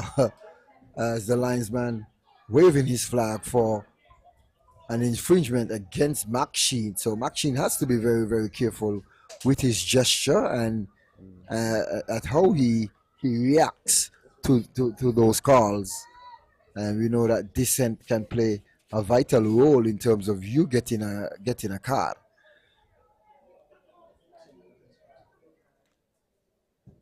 And Williams putting that one in as Tuckett comes off his line and with a long punt upfield, looking for Challenger. Challenger looking to speed on. Newton back booting that one. Challenger fires a shot and just hit that one directly to Vibert. Vibert coming up with the save, and Challenger now hustling. Runs down Claxton and managed to win back that ball. Challenger with the ball. Challenger loses it out, but it's now Bad looking to counter attack of their own. Dorset with the ball finds Williams. Williams slipping away there from Sargent. Williams comes on the inside, finds Lavier. Lavier still with it. Finds Bartlett. Bartlett is being challenged there by Sargent. And Spurs now with the ball. Shervin Allen comes away with it. Goes back to McSheen. McSheen goes deep to his goalkeeper in Tuckett. Number 5, Desmond Chumley. In number 21, Kalandra Liber. Both in the 81st minute. So it's Tuckett looking to find Calje. Calje with the ball, looking to get around his player. And Chris Jeffers coming across and cleaning up things here as that ball deflected off of the Spurs player and referee and linesman getting that one wrong. Yeah, we talk about that. Shervin Allen gifts it away and he's trying to get around Dorset. Dorset not able to hold off Allen, and Donrad picking the pocket there of Spurs. Donrad have lots of space on the right side. Donrad cutting across. Donrad setting it for Williams, and Williams getting a poor touch as that one went to Richards, and Chris Jeffers firing a shot from some 30 yards out and not able to get that one on target.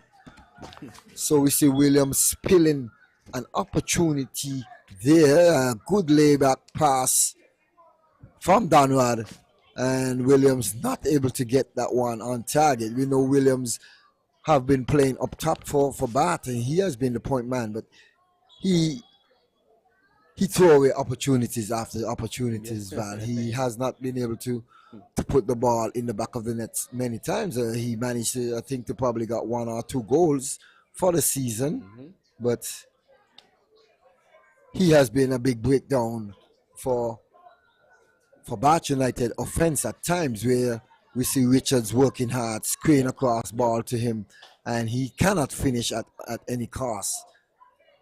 Well, he has now been coming off of the bench for Hot Spring Bath United, as they will be looking to make another substitution where they will be taking out Dorset. Yeah, in comes number 8. Not number 8. That's Lindell Abraham.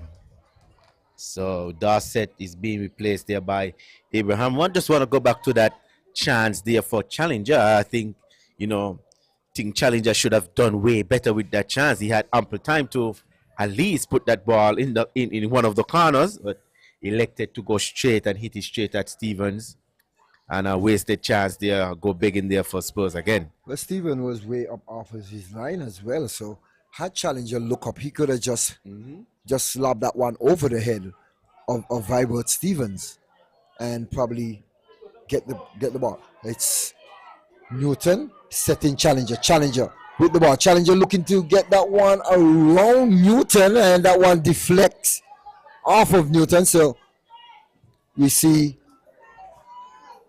Bart making a few mistakes here. Challenger looking around again, and Bart seems to be putting themselves under some serious pressure here by some mistakes and back play of the ball. And Spurs is looking around, and Bart would not want to make a mess of this as we're in this 86 minutes of play.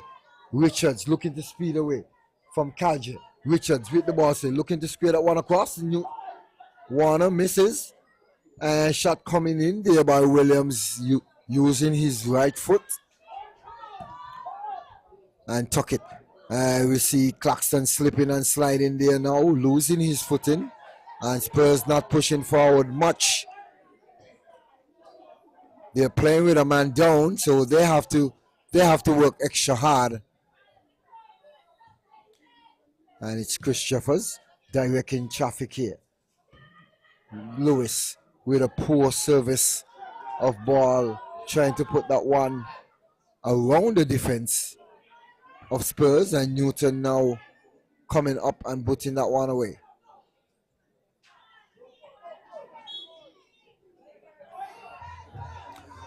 Chauvin Allen using his experience and getting his body in between the ball and the defender in Chris Jeffers.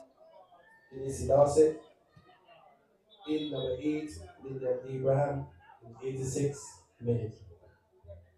As we're heading into the 88th minute, this update of the score as follows. We see Williams going back and troubling the ball. Skeleton Garden at Spurs 1.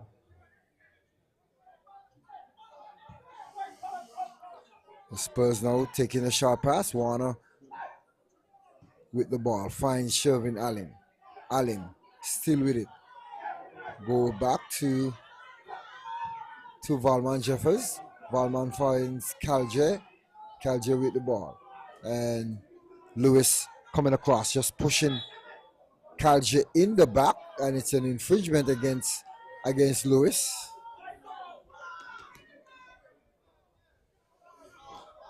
So Garden Hotspurs is up against all odds here. They're down some 2-1. Donrad putting that away. Lavier finds Williams. Williams just hitting that one over. And Lavier can control, but Jeffers finding Richards on the wing. Richards have lots of space, looking to square that one across.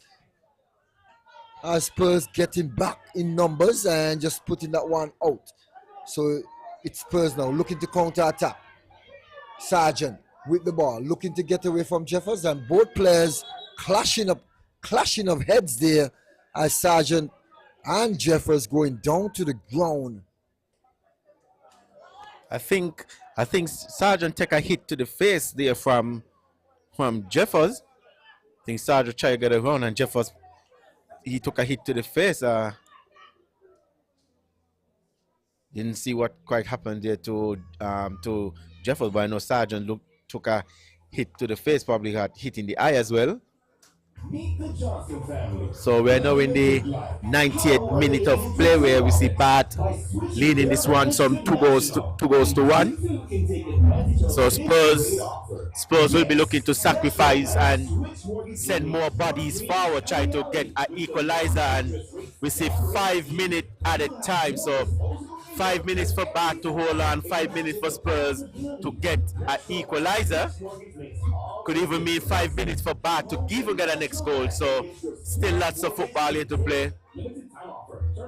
5 minutes extra time, and let's just see how this game pan out here, ladies and gentlemen. Football fans, fourth official has indicated that there will be a minimum of 5 minutes added to the second half. I repeat, 5 minutes added to the second half. So we have a minimum of 5 minutes to play here now, as the 90 minutes have been expired. So we have 5 minutes of added time. Can Bath hold on for this 5 minutes, or can Spurs spoil the party for Bath? But it's Bath. Bartlett with the ball, and Bartlett with a strong touch as Valmont Jeffers tackles that one up field. Well, it's Challenger now with the ball. Challenger winning back that one-on-one battle there. Challenger comes square, finds Sargent. Sargent looking to touch it on for Allen. Allen looking to play that one inside. Finds Challenger. Challenger with a too soft of a touch for Cal J. And Newton just coming across, cleaning up things.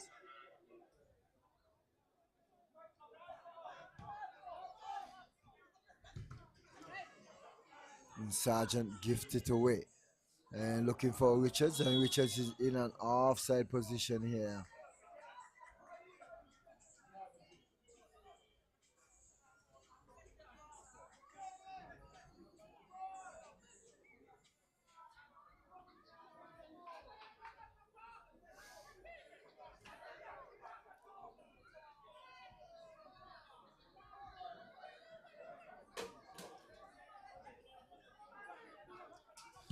Sargent hitting this one in.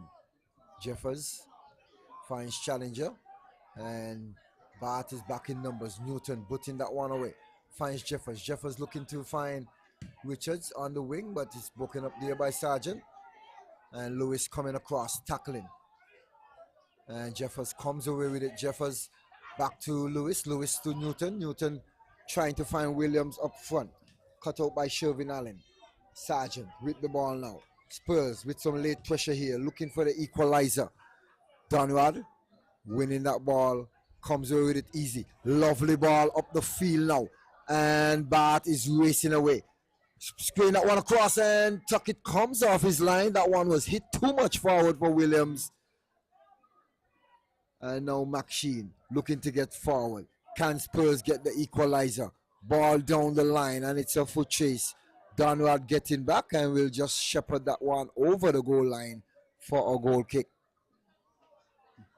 Yeah, as you say, Spurs looking to now to push forward. You can say we're about in the 3rd minute of extra time here. So we have 5 minutes to play.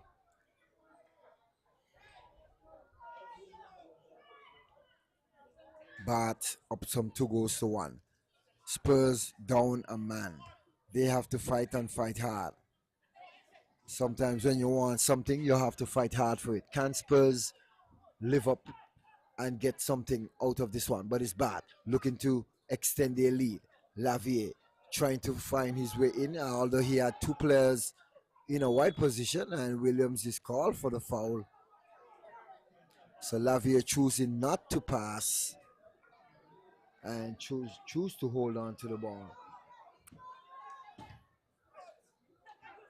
Challenger looking to get on the inside to Valmont, and there is no call there, but it's a late whistle. So Valmont Jeffers pushing forward now, Val. Yeah. As you're probably in the last minute of play here. Valmont trying to get something out of this game for his team.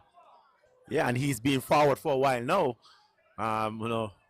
Since he gets forward, he has gone back, so he's trying to salvage a point here for his team by getting a equalizer.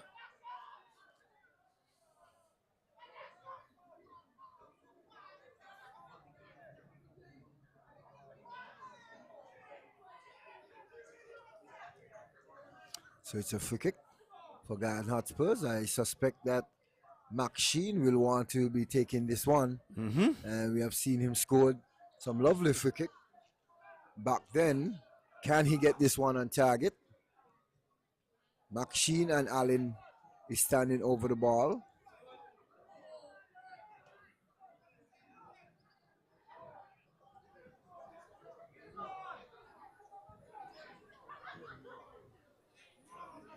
Yeah, it seems as if Shervin Allen wants it, and there seems to be some miscommunication here between Spurs players.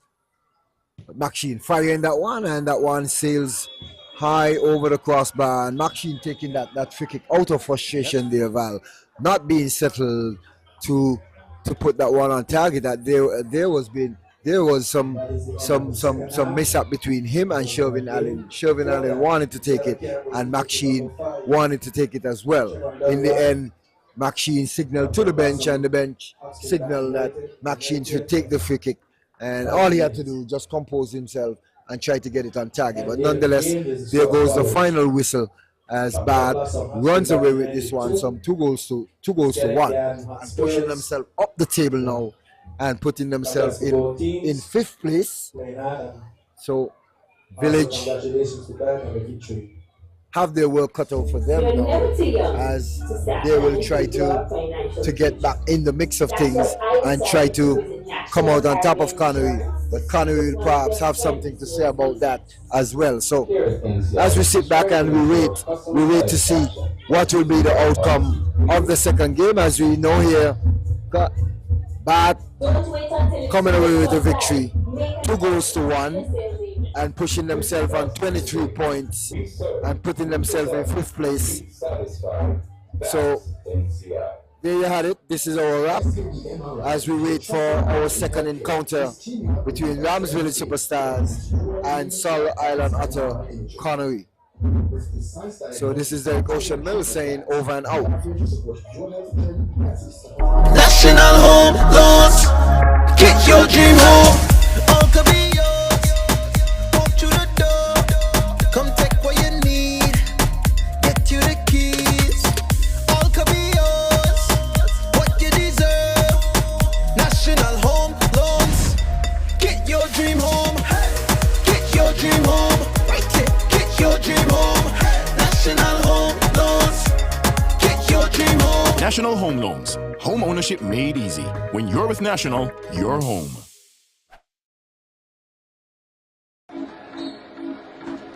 The SKNFA loves football.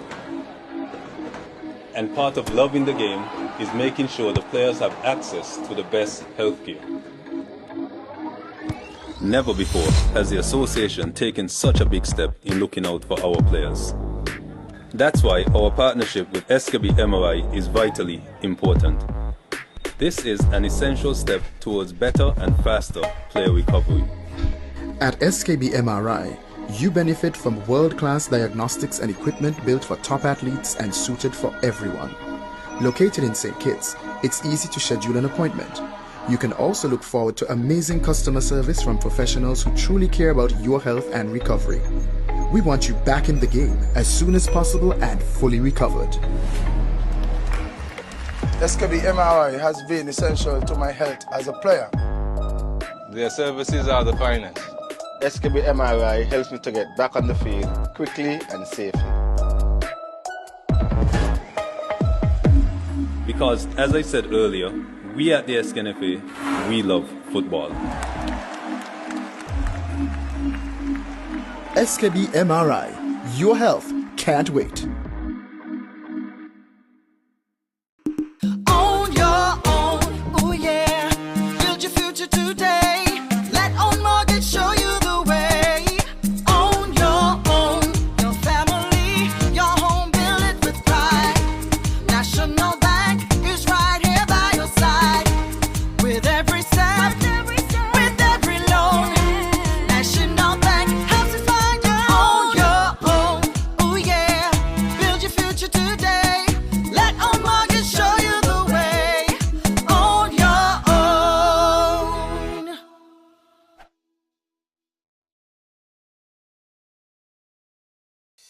You're never too young to start planning for your financial future. That's why I decided to visit National Caribbean Insurance to speak with one of their friendly sales agents. Here at NCI, we strive to ensure customer satisfaction by choosing the right policy for you. Don't wait until it's too late to apply. Make an appointment to see a sales agent. Visit us today. We serve, we protect, we satisfy. That's NCI. National Home Loans. Get your dream home. All could be yours. Walk through the door. Come take what you need. Get you the keys. All could be yours. What you deserve. National Home Loans. Get your dream home. Get your dream home.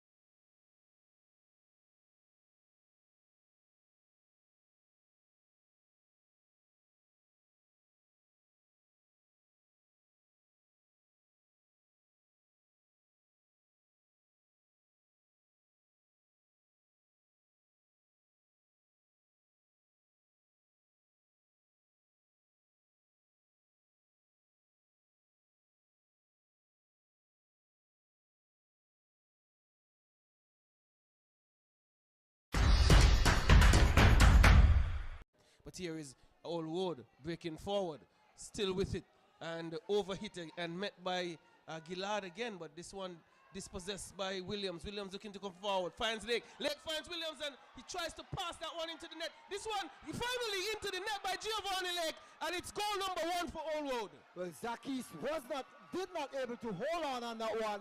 That ball bubbled around, and Lake finally get that toe poke in and putting it into the back of the net. And Williams comes away with it. Williams with the ball.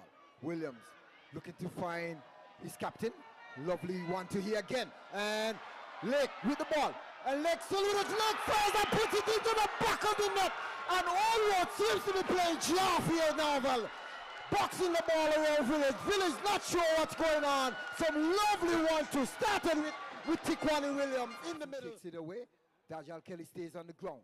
And it's Tiquani Williams all free. And he goes onto the back of Dennis Fleming. Isaac playing through that one. Williams with the ball. One man to beat. Williams still with it. Williams looking to slot that one into the back of the net. And Allwood go up some 3-0. Easy peasy goal there for Tiquani Williams, as he had just one man to beat, beating Austin Henry and slotting it into the back of the net. Met on the top, Keon trying to attack this one, headed down on the right side. Still Keon gets that one across the fence. Goal! Goal! Keon Azul Rockets have done it very early. Here, the one apart. Spurs don't come for me. This one played in field. This is going to be very dangerous. Carter takes a shot. Goal! Devontae Carter getting a fed pass there. It looks like it came from the boot of Davis and chipped it in. And the players were quite excited about it. Here comes the goal scoring card. He gets that one across field. This one could be dangerous. Here's Dorset cutting on the inside. Is it going to be a shot of goal? Marvin Lewis does it from inside of the area. Picked up a free ball. A good playing there by the Azul Keon Rockets, and made no mistake. Just steered that one into the back of the net. Easily done there by Marvin Lewis. Nelson has taken the field. We know him to be a very skillful player, very dangerous player. And he heads that one forward. Is it Vince? Wow. Goal! Immediately, Vince Roy Nelson heads that one forward and gets it off the goal, the tip of the goalkeeper's fingers into the back of the net. Ball breaks on the top of the box, find the number 3 trying to go forward, finding a bit of space on the right side, the shot comes in. Goal!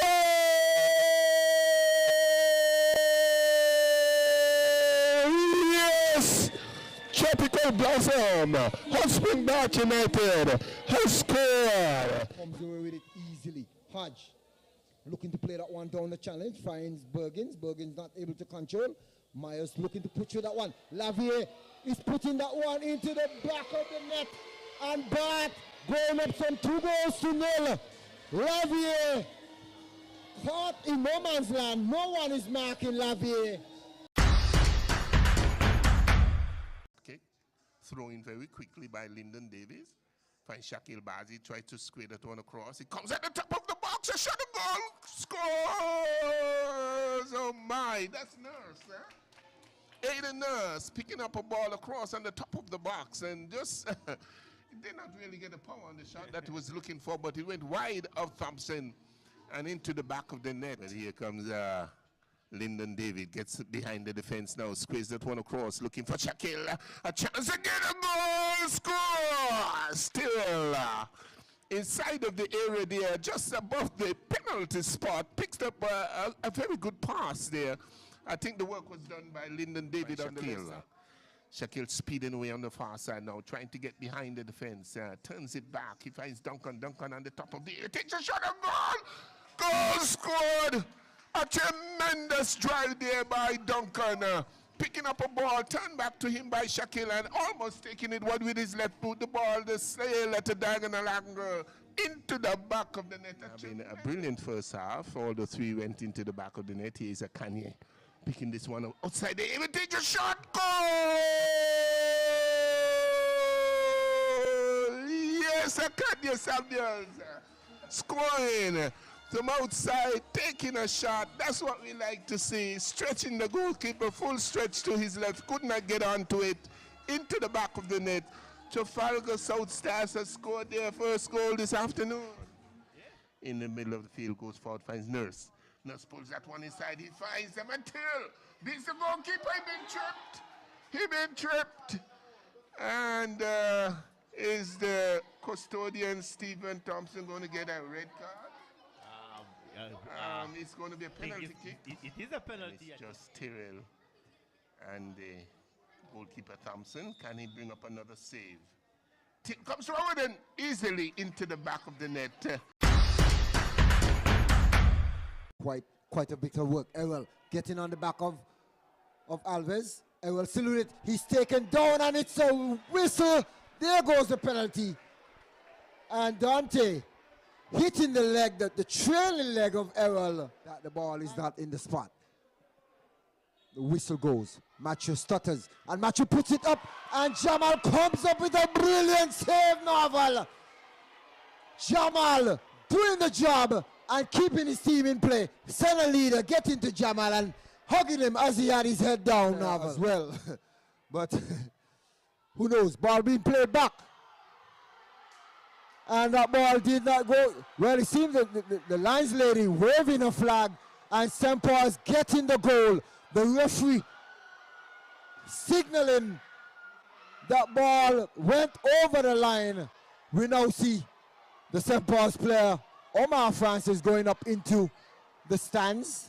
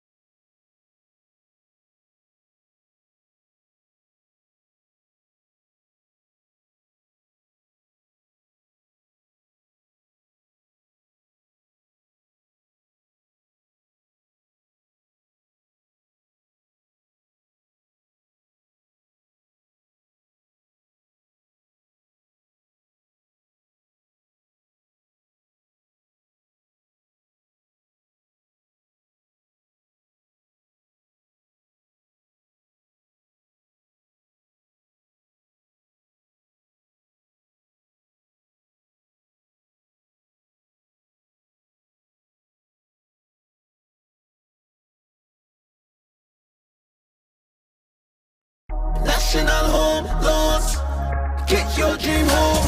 All could be yours. Walk through the door, come take what you need. Get you the keys. All could be yours. What you deserve. National home loans, get your dream home. Get your dream home. Right it, get your dream home. National home loans, get your dream home. National Home Loans. Home ownership made easy. When you're with National, you're home.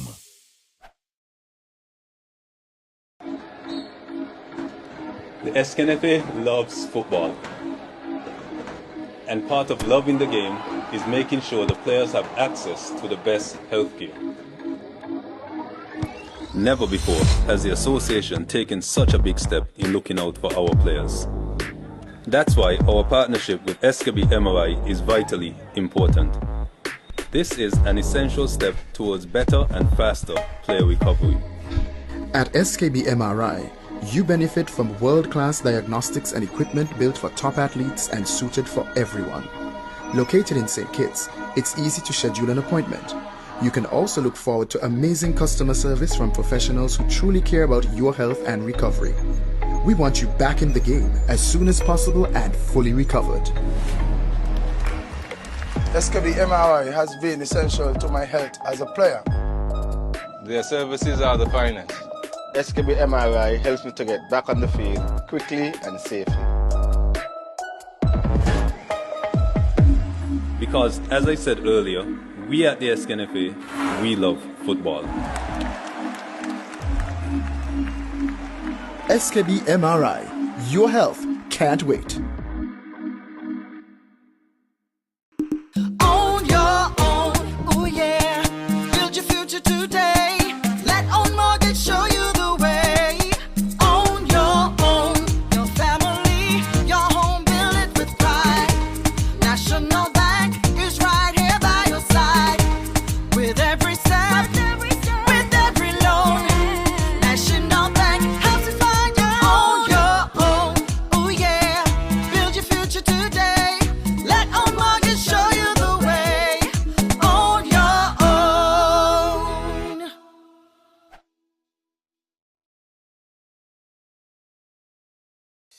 You're never too young to start planning for your financial future. That's why I decided to visit National Caribbean Insurance to speak with one of their friendly sales agents. Here at NCI, we strive to ensure customer satisfaction by choosing the right policy for you. Don't wait until it's too late to apply. Make an appointment to see a sales agent. Visit us today. We serve, we protect, we satisfy. That's NCI. National Home Loans. Get your dream home. All could be yours. Walk through the door. Come take what you need. Get you the keys. All could be yours. What you deserve. National Home Loans. Get your dream home. Get your dream home. Right here. Get your dream home. National Home Loans. Get your dream home. National Home Loans. Home ownership made easy. When you're with National, you're home.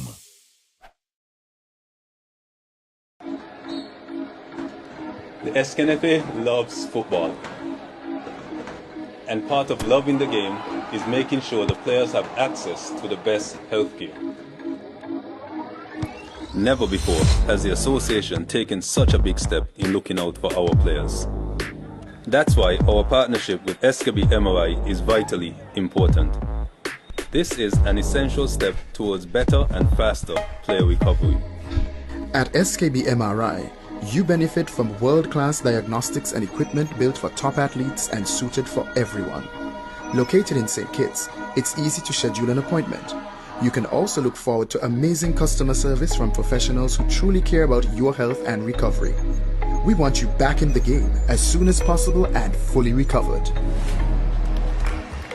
SKB MRI has been essential to my health as a player. Their services are the finest. SKB MRI helps me to get back on the field quickly and safely. Because, as I said earlier, we at the SKNFA, we love football. SKB MRI. Your health can't wait. Own your own, oh yeah. Build your future today. Let Own Mortgage show you the way. Own your own, your family, your home, build it with pride. National Bank is right here by your side. With every step, with every loan. National Bank helps you find your own, oh yeah. Build your future today. Let Own Mortgage show you the way. Own your own.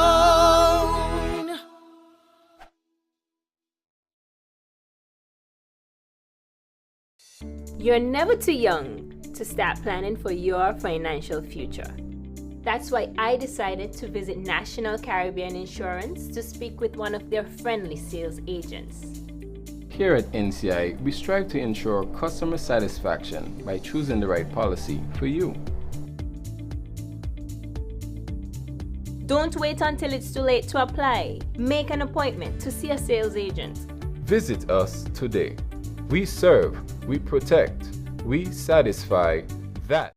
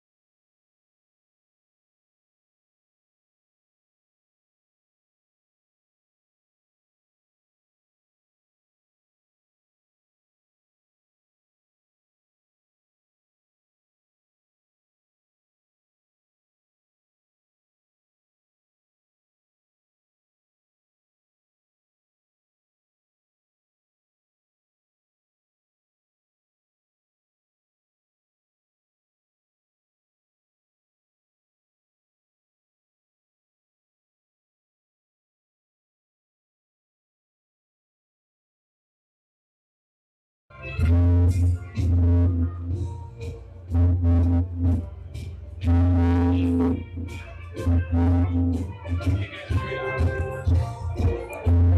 say welcome back to the Technical Center here in St. Peter's for our second encounter of this doubleheader. It features Island Auto Supplies Connory versus the defending champions Rams Village Superstars. And if there is ever an important game for both teams, I think this game is it. And I say good evening to my co-commentator Derek Mills. Well, it's a pleasant good evening once again as we welcome you back to the National Bank Technical Center as we get set for our keen matchup here between Ramsville Superstars and Sol Island Auto Connory. And as Novel said, this one will be a quite tasty one, and we just hope that both teams come to showcase good skills and good display of football tonight. Well, we've had quite a bit of it this weekend, Derek, based on the fixtures we've had before. Friday night might have been a bit of a walk in the park for Keon, but when you look at the games last evening, St. Peter's and Newtown, and then you had Old Road and St. Paul's, and then this evening we had Garden Hotspurs and Bath United. All games were very keenly contested, and we have been with a lot of goals this weekend as well. Exactly, and we hope that we can end off the weekend here, as we will take a break after tonight, as we have music festival coming up. So we hope that Village and Connery can give us a good tasty one to end off the weekend. All right, well, the teams for you this evening, it's Williams in goal for Connery, Slyford Lumpkin, Sean Martin, Tijani Foy, Madassa Howe, Javern Matthew, Errol O'Loughlin, Orlando Watley, Anthony Grant, Caleb Bridgewater, and Jaquan Hendrickson. Well, for the defending champions, in goal, it's Zaki Smith, Dennis Fleming, Raheem Francis, and the game has just gotten underway. We have Burnham, and I'm uncertain of the pronunciation of his first name. It's Kaja. But very early, it's Connery looking to get on attack. And we have Joseph Wilkes, as well as Morris, Naim Gillard, Hassani Fleming, Sherwin King, and Captain Fantastic Kimari Rogers. So that's the teams for you this evening. And both teams desperately needing these 3 points to try and maintain their berth for Final Four. But here is Connery on attack. It's Foy with it. Foy looking to find Bridgewater. Dispossess. Comes out to Sherwin King. He also is fouled by Hendrickson, and that's a turnover for you. So, Derek, the first game I didn't see much of it, and that basically pushed Bath United in a very good position. Yes, Spurs scored in the 23rd minute. Really, it was an own goal by Bath. And Bath came back some 1 minute after, where Newton made a solo run out of the defense, played a 1-2, got back the ball, and was shoot on goal and just slotted past, tuck it, and put his team up some 2-1. And Bath came out with the strong 3 points, and we know they have put themselves now in 5th position. Village have now slid down into 6th. So Village is playing now, and if Village have to win, they will move from 22 to 25. Back into the 4. Where they will be tied on points with St. Paul's for 4th place. Right, so it's a matter of goal difference. It's a matter of goal difference. As we know 2nd place between Old Road and St. Peter's is just a matter of goal difference for Old Road as well. Definitely. So it just speaks to how tight things are here at the top.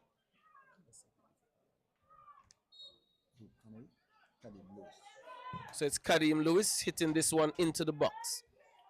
And not cleared, not dealt with. Pushed out to Java Matthew. He squeezed it across. But it's cleared now by Rams Village Superstars. Only to the feet of Grant. Grant pushes it back in. And he hits it hard against the number 8 in Burnham. And that goes out for a throw-in.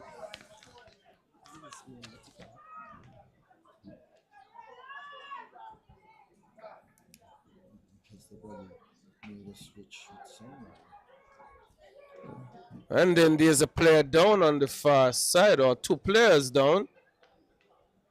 I didn't see what would have transpired there, but we have two players, one from Ramsville Superstars and the other from Connory. I think they had Williams, 24, number 24. I think they had Williams take off. But yeah, let me check this. So no, we're missing no action at the moment. We have a nice little crowd building up here. Certainly not the size of what we would have seen last night. Last night almost appeared like a Final Four encounter. It was a nice, massive crowd here. But we know that the Rams Village Superstars fans are going to come out. Both teams are desperate for points, but it's Connory in possession at the moment. Ball given away. It's going to be Dajal Kelly on the end of it. Goalkeeper coming very early. And this one is going to go past the upright. He committed very early, Derek, the goalkeeper. And I thought that might have been a bit of a poor decision by him. Yeah, as you see Sean Martin there now getting down on the goalkeeper. As Sean and Kadim was running with Dajal Kelly, even though Dajal was just slightly ahead of Sean Martin. And we know Sean Martin, he have fairly good foot speed where he can probably catch up and challenge Dajal, as we see Zaki Smith off his line early and putting that one into touch. It was a strange decision, Derek. He was never going to get there.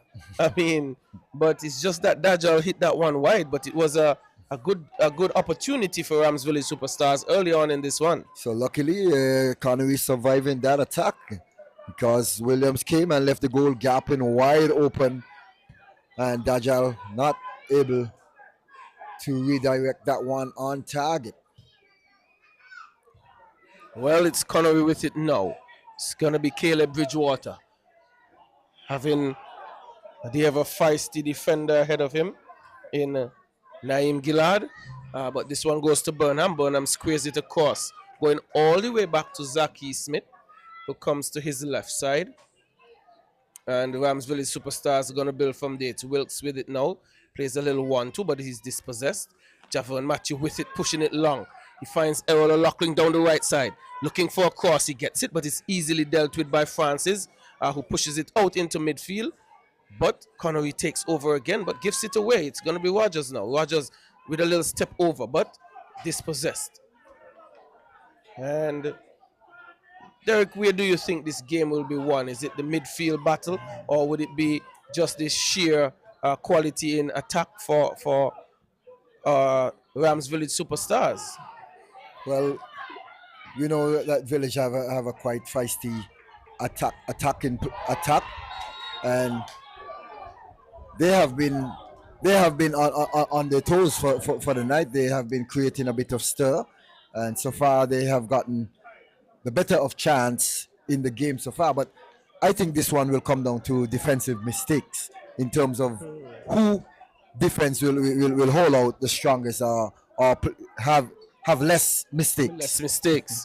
And I think I can agree with you there. And we know that Rams Village Superstars were hammered in the last game, their last encounter against Old Road. And they are going to have to make amends for that.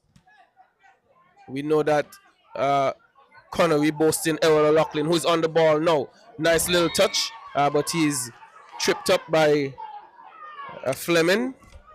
Some of the crowd not having it, but I think that was an obvious one, Derek. Yes, it was.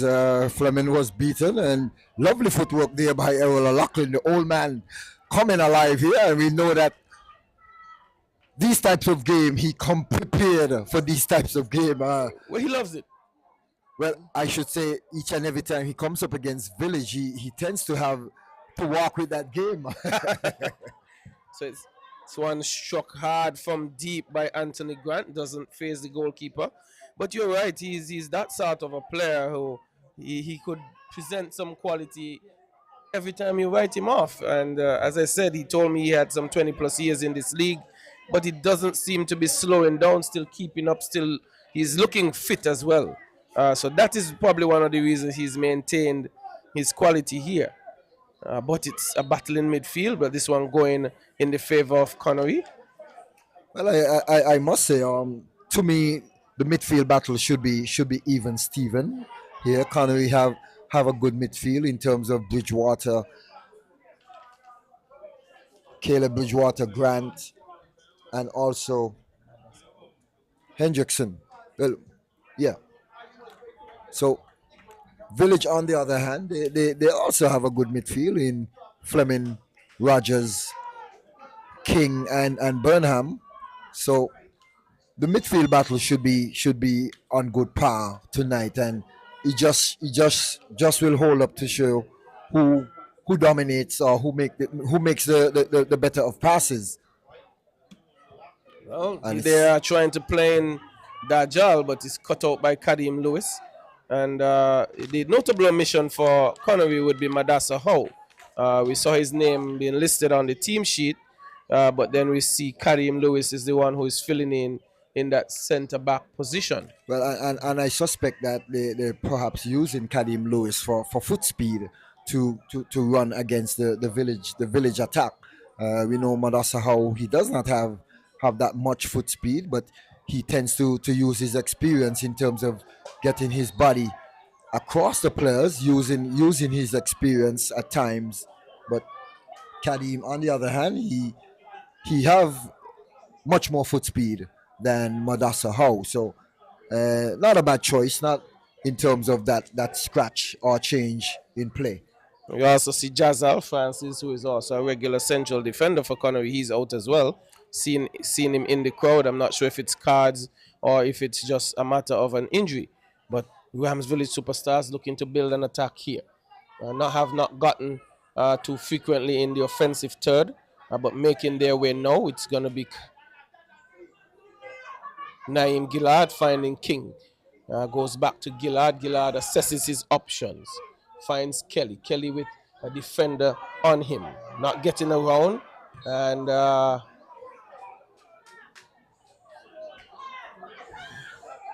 Rams Village Superstars committing a foul. But well, it seems as if Dajal Kelly was holding the jersey of Watley. Lewis.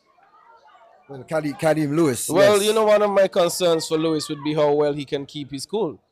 He's one who can be a very feisty sort of player, and he's going to have to keep his wits about him, his head in the game. But here's Foy getting the better of Francis, trying to get across, and was covering there was Gillard. For now, Fleming trying to clear, doesn't get very far. But Wilkes takes over, and he plays with Rogers. And good touching here by Village. Trying to play in Dajal Kelly down the right. It's Sean Martin against him in a foot race. But Sean Martin wins that one and is able to play it into touch. But it goes off the foot of Kelly. So that was a nice little battle there, Derek. Yes, and as I said, it's going to boil down to defensive mistakes. Who can stay afloat and stay strong and poised within the defensive setup. Well, definitely. I think a more familiar setup would be the Rams Village Superstars. They may have had more games together, and inserting Lewis in the central defense for Connery would be a new situation for them.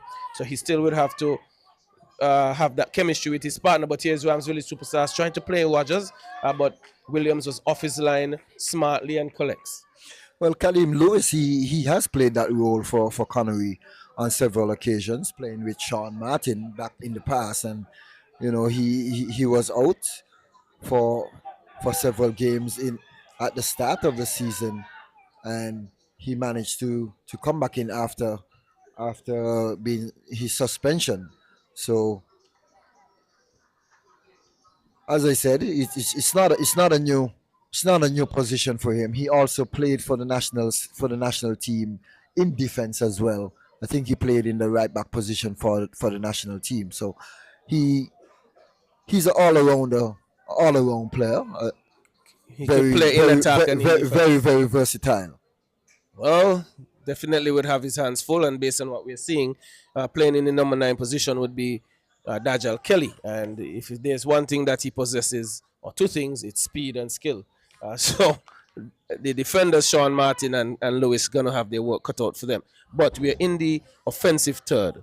Connery in the offensive third, and they have a throw in at this moment. It's going to be one of these long throws into the box. And the throw comes in now. Comes off the head of Hendrickson. Cleared partially, but there is an infringement. Going down was a Lachlan. No call. He was in the box as well, but Connory is still on attack. Cross comes in now. Heads are going up, comes off of the head of Foy, it appears, and it's going to go into touch. And no damage done, but not a bad sequence of play there by Connory, Derek.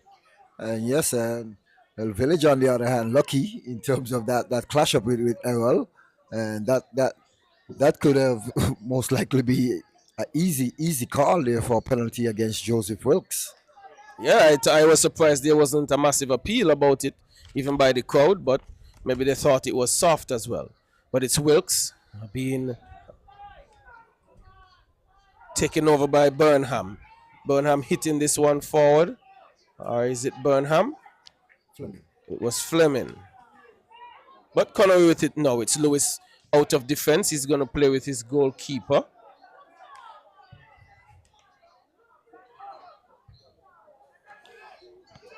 Burnham takes over. Turns. Still maintaining control. He goes back to Fleming. Fleming goes all the way back to Francis, who finds Gillard on the right side. King takes over. He has two players crowding him. Goes back to Gillard. Gillard is looking for a pass. Finds only Caleb. And a bad pass being played in, and a tackle comes in by Anthony Grant. And Connory with it now, finding Java and Matthew with space and time down the right side. What is he going to do? He takes a shot on, bounce in front of Zakis, who didn't control well on the first situation, but he had a second opportunity to come. Well, he gave up a bit of change, and luckily that there wasn't anyone as close as possible. But we saw King trying to play a quick ball, and the Village players was not alert and ready. And Connory managed to take over that one and almost gotten a goal there after we see Matthew firing a shot from way out. But it's King with the ball. Turns it over and wins it back. Gillard goes on the inside, finds King. And King with it now and not able to control. That one deflecting off of King. But Novel, I must bring this to our viewers' attention and our listeners as we see Rams Village Superstars. They are wearing a black armband in likes of the passing of Dexter Tyrrell, a former manager for Village. He was within the Village setup for quite some time, and until he moved on and went into the association where he was the office in charge of the office. And sadly, by his passing, and as Rams Village Superstars this morning, and we say condolences to all the family and friends of Dexter Tyrrell. And here is a long ball, and Williams coming off his line and managed to get to that ball first before Kimari Rogers. So Connory have to be very careful in terms of how high they're pushing upfield, as we see Village continue to slip from out of midfield and get behind. Well, it's usually that little long ball that they're playing, and as you're saying, that Connory might be playing too high a line, and they have been unable to control. It's not just, it was Kelly who got through on two occasions, and this time it was Rogers.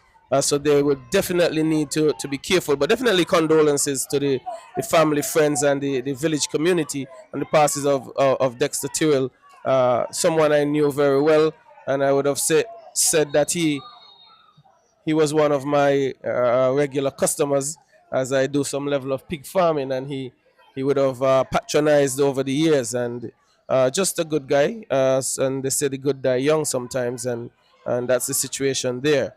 But the Rams Village Superstars showing respect to his contribution, and he would have been what we consider these match coordinators in football, and he would have done it further afield, not just saying St. Kitts. He had opportunities to travel to do that, and seemingly he was very good at what he did. But here is Foy down the left side, has Gillard. He gets around Gillard, but unable to get around Francis. Both players going down. There isn't a call from the official. But here is Hendrickson. Hendrickson with it. he builds all the way back to Watley. A shot taken, but controls easily by Zakis, who feeds this one out to Morris. Burnham takes over in midfield, hitting this one again long. So there seems to be a direct ploy to play that little true ball, long ball, asking for wide players or even central players to run onto the ball. Is it that there might be some situation where Ramsville Superstars feel they have an advantage in terms of speed? Well, it seems so, and they're trying. They have gotten behind the back of the Connory defense on 2 occasions, and they are trying their best to play that long ball for Dajal Kelly, for Kimari Rogers, for King to run onto to those balls, and it's just for Connory to turn and not get caught high up the field. As we see the goalkeeper, he's playing high off of his line as well. Dennis Fleming getting through and almost looking to link up with Kimari Rogers there, and it's Village with the ball, goes back to Hassani Fleming with the ball, goes back to Raheem Francis. Francis takes time, he has space and time, and Francis looking to hit that long ball and cut out there easily by Watley. Matthew now looking to get beyond Gillard. Matthew have space, and he's attacking that space there quite quickly. Cuts back on the inside. Matthew cuts back again. He has 2 players. Matthew cuts on the inside, finds Earl, and Earl slaps it into the back of the net. Earl caught all alone. Chairman Matthew doing a bit of work there. Final Earl, and Connory going up some 1-0 here in the 20th minute novel. It was some beautiful football, but I think that Gillard may have committed a bit too high, and what may have caught him is the switch that Matthew made. He has made the switch from right to left, and Gillard may not have recognized. He got the space, Matthew, that is. He took the space, as you said, he attacked the space. He not just attacked the space, he attacked the box. When he got there was a defender. He cut back, and then he cut back to his left again and was able to find Errol open in space, and he was not going to miss that one any day of the week. He had the goalkeeping open on the far post, and Errol, luckily, we know these games, as I said, he comes to play. Well, you called it, Derek. You called it very early that he has something that he does when he plays against Rams Village Superstars. But the work really was done by Java and Matthew. And I think Gillard got caught out because of the switch that was made between him and Foy. But Rams Village Superstars here now building an attack. It's Dajal Kelly down the left side. He's cutting on the inside. Are they going to respond immediately? Wilkes goes down in the box, just a body challenge. Hendrickson nods this one on, but he's being hammered to the ground by the number 23 in Hassani Fleming. So, Novel, as I said, this one will boil down to defensive errors, as we see Javon Matthew had 2 defenders on him, where we see Raheem Francis coming across to help Gillard, and Dennis Fleming got sidetracked in terms of trying to come across as well to help out, but it's Connery on the attack. Hendrickson with the ball finds Caleb Bridgewater. Bridgewater goes wide to Matthew, and Matthew with a poor cross there, not able to find Foy coming up on the back end. But as I said, Fleming got caught ball watching and did not stuck on to Errol O'Loughlin within the box, and Errol was found wide open, and he had no choice but to put the ball into the back of the net. But would you blame him though, with Matthew making a mess of the other defenders? I think Fleming felt he had to do something about it, so he committed. And as you say, he ended up drifting away from O'Loughlin, who was left all alone. But it was some good piece of football by Connory nonetheless. Individual skill by Matthew. There was Foy trying to be fancy, giving it away. Dajal Kelly down the left side. There are 3 covering defenders for Connory. He cuts in, beats one, trying to leave it for Rogers, and Rogers slots this one past Williams, and that is the equalizer here in the 23rd minute. It's excellent response from Rams Village Superstars, the defending champions, getting back into this one just some 3 minutes after Connory would have scored. It's 1-1 here at the National Bank Technical Center. Game on. Game is on, Dales, definitely. Dajal Kelly doing a bit of work from the wide position again, cutting on the inside, and shoving the pass for Kimari Rogers, who split the defense and just managed to get a touch on it to go past Williams and putting his team back on level terms here. Beautiful football. Like we said, we are expecting. The fans are getting their money's worth here in the first half now. Well, they have come alive already. And, if this is how it's going to go, we may be in for some fun this evening. It's 1-1 if you're just joining us. Rams Village Superstars versus Island Auto Supplies Connory.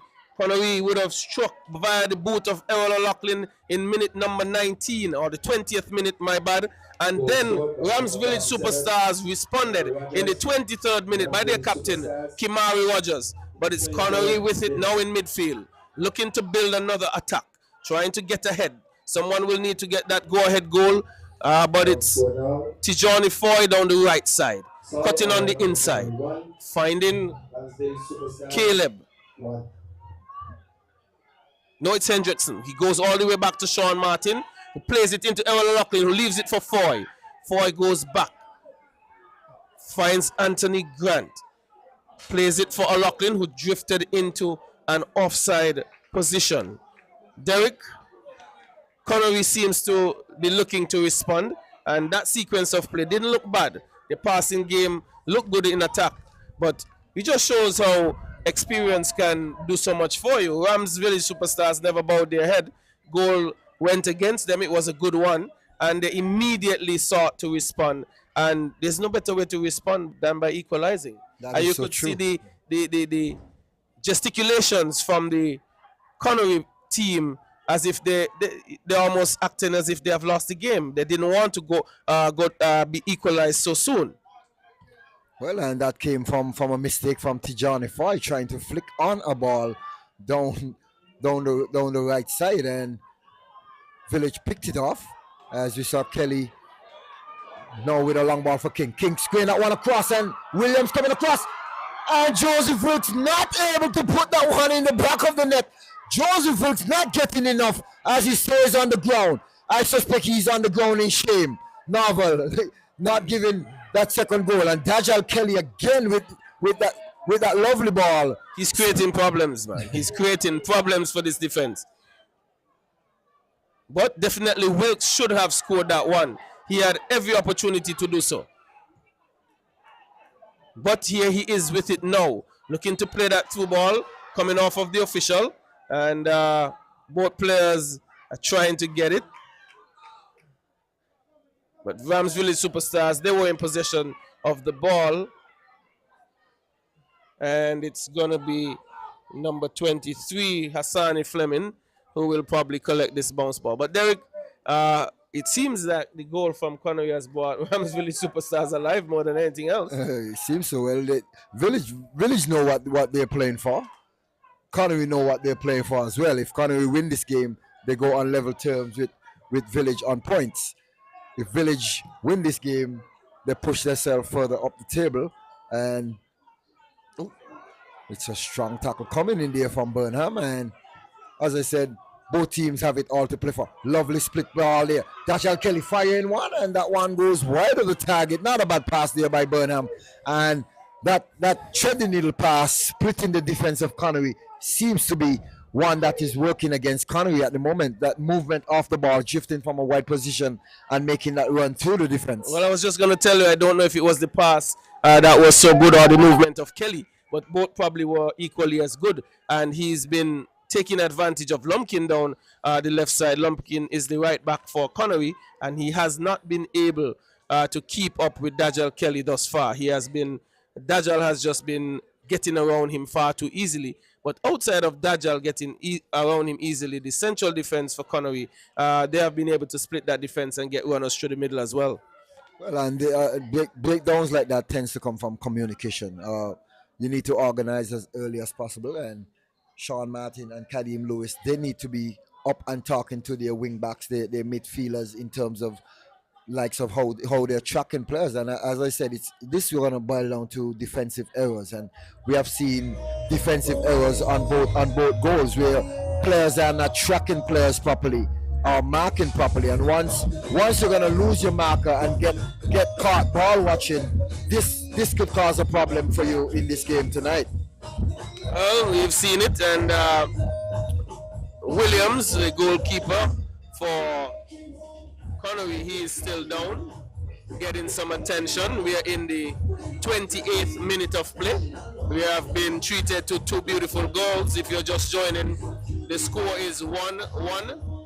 We are deadlock here at the National Bank Technical Center. Both teams needing a win to keep themselves in the race and in the hunt for a top 4 finish.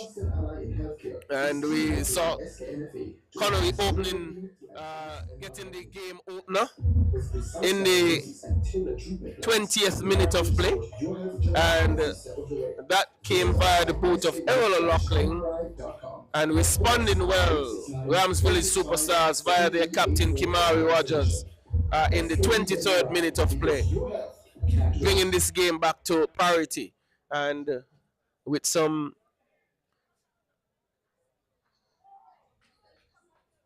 we are approaching the 30th minute of play, so we have some good first half. These teams can get ahead before half time, but it's gonna be Connory to build the attack via Watley, Orland Watley, playing left back, finding Errol O'Loughlin, who controls this ball beautifully. He finds the number 99 in Hendrickson. He plays it for Matthew, one of the major attackers for Connory.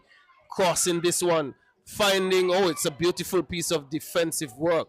This one, a shot coming from far by Anthony Grant, and that wasn't going to trouble Zaki Smith at all. We see Grant just trying to pass that ball into the back of the net, and not a bad try. Needed much more power and needed to go wider of Zakis, but Zakis was equal to the task there, and he was reading that one all the way.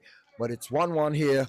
It's game on. We have a nice crowd on hand. Not as big as last night, but we have a good crowd on hand tonight. And the fans are getting their money's worth so far. Both teams are playing great football.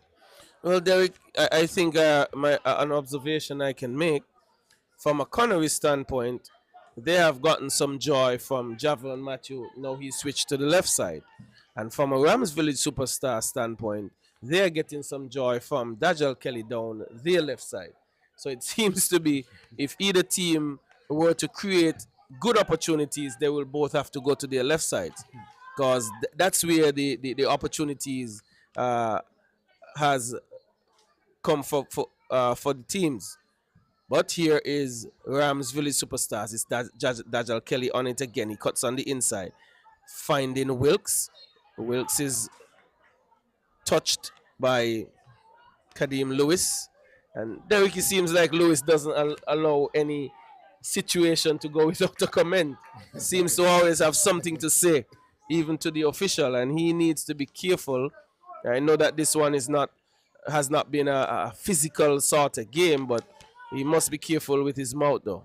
Well, on the other hand, I mean, he's fouling, and you don't want to draw the attention or likes of the referee to you too much time. I mean, you foul, just get on with the game rather than opening your mouth. Dajal Kelly looking to chip this one over, and Williams comes off, collects nice and easily, and he's now waiting for the Connory players to push forward. And Hassani Fleming controlling this one. Dajal Kelly has been having a great game so far, putting that one over, and that one is cut out by Connory. Grant going up with Joseph Wilkes, and Wilkes not able to get a proper head on that one as Grant gives it away. Raheem Francis comes away with it now, finds King. King goes on the inside to Wilkes. Wilkes looking for Kimari, getting on the back. Kimari looking to square that one across. Dajal Kelly controls, and Dajal Kelly puts it into the back of the net. So Kimari doing justice, finding back Kelly. Kelly controls and puts it into the back of the net here in the 33rd minute of play.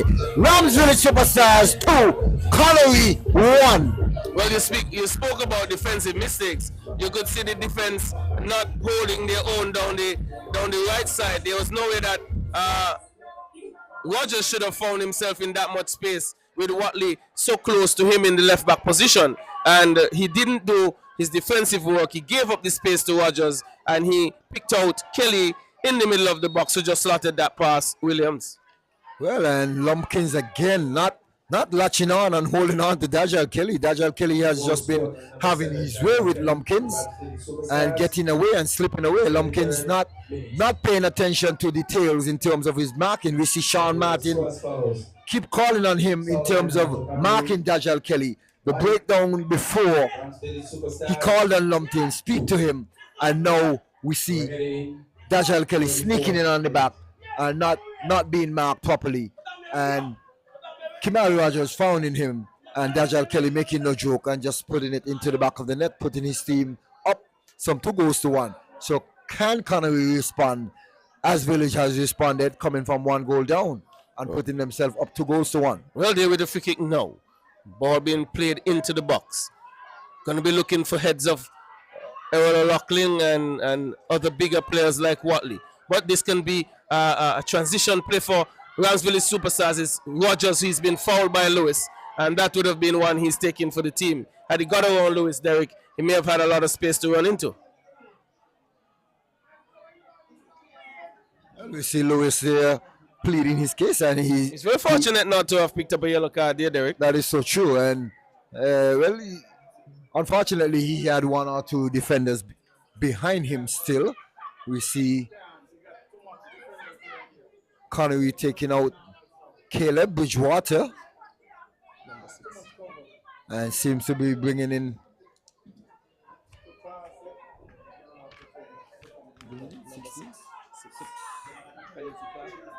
I think it's Clark. Yeah, it appears to be Bridgewater out and Kaniki Clark in. So a first half substitution by Connery. Let's see if that could be a tactical change, because Dajal Kelly, he has had some joy down the left side. Lumpkin has not been marking him well, and as a result, he has created 1 goal and scored another. Ramsville Superstars 2. Island Auto Supplies Connery 1. We are in the 36th minute of play. It's all on the Watley with it, finding Matthew. Matthew coming on the inside.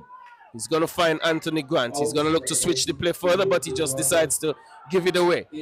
Bad challenge there by Clark, very late. Missing though. Burnham sliding through Rogers.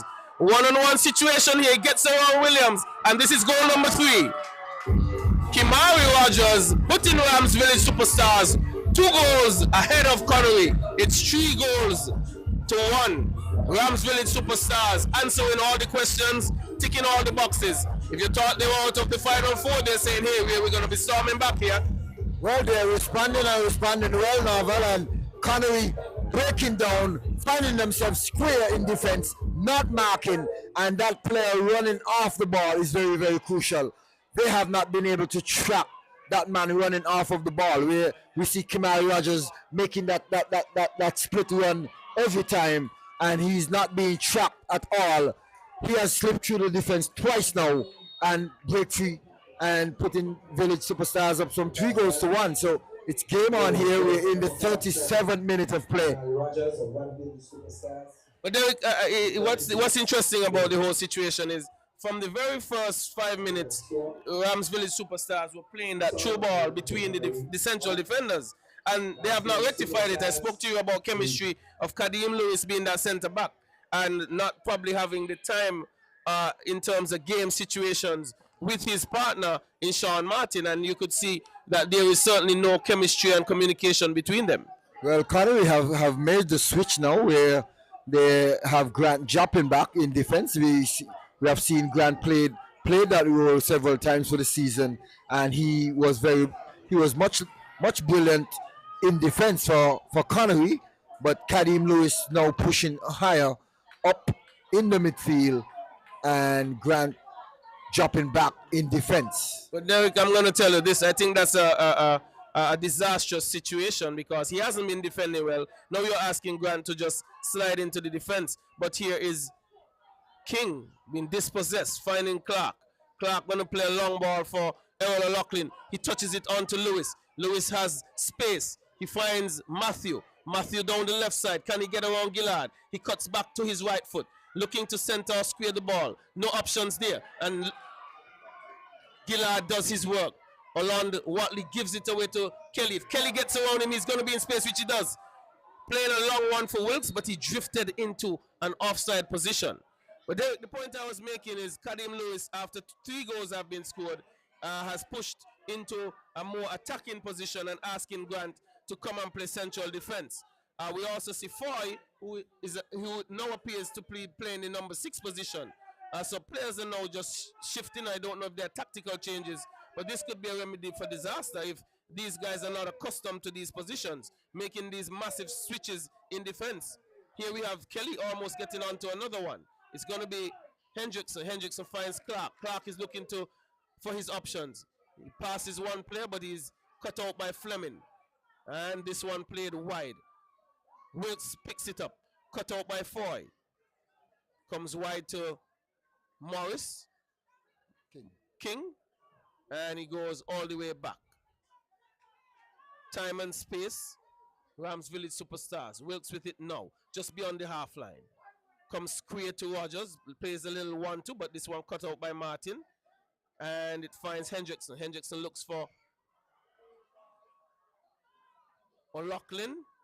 But this one is going to be cleared into safety by Raheem Francis. And we see him after that play, Derek, he's hobbling. I don't know if he's asking for some attention or he's asking for a substitution. But Zaki Smith goes down immediately to bring play to a halt, to allow Francis to get that attention. Well, it's a smart move again by Zakis, and with Zakis going down, and Zakis will get some attention, and I suspect that on the other hand, Raheem will be able to get attended to.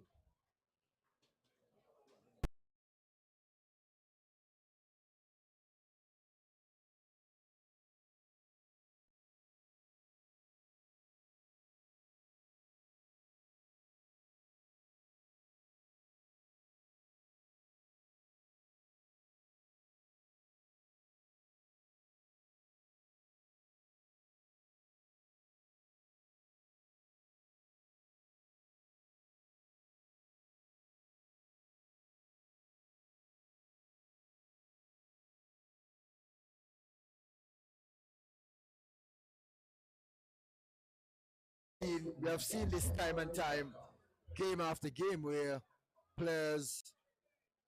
goalkeepers goes down for their players to get some sort of attention, and Village clearing the lines. Kings just swinging this one upfield. Joseph will control. It has been all Village so far. Village leading this one some 3. Connory getting that first goal in the 20th minute, and then has been all Village. Dajal Kelly.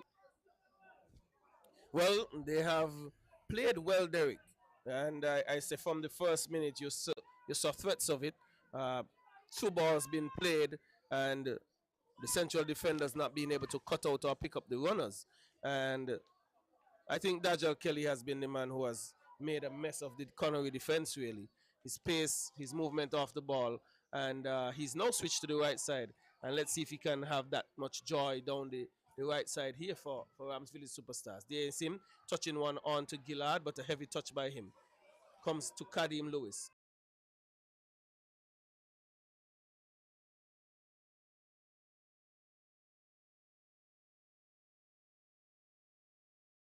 He's trying to find Lewis. He's not quick enough. But this one comes to the boot of Kelly, who was looking to control. Martin miscontrols this one, and not so good challenge by Wilkes, and an infringement. So the crowd is... So the foul really was on Dajal Kelly, and Connory asked to retake that free kick some distance back. And Watley is going to be the man in charge of this free kick, and it appears it's going to be a long one into the box. Rams Village Superstars bringing everyone back. This one floated into box. Zaki Smith coming off of the head of O'Loughlin. He had a strong challenge, but I thought it was off of his head, Derek, but it seems to have touched somebody from Rams Village Superstars as well. Well, you see Zakis coming way off his line, coming some 12 yards off of his line and exposing his goal. Errol O'Loughlin going up and rising up, but it seemed as if Zakis managed to get a hand on that one. But it's Kimari Rogers looking to get away from traffic, taken away there by Clark. Clark looking to play through that one for Errol, and Smith coming across, collecting that one and just lying on the ground as he's tried to burn a second or two. There goes a poor pass from Clark. He had no one on him. He just needed to pick out O'Loughlin in the box, who had a little bit of space to play with.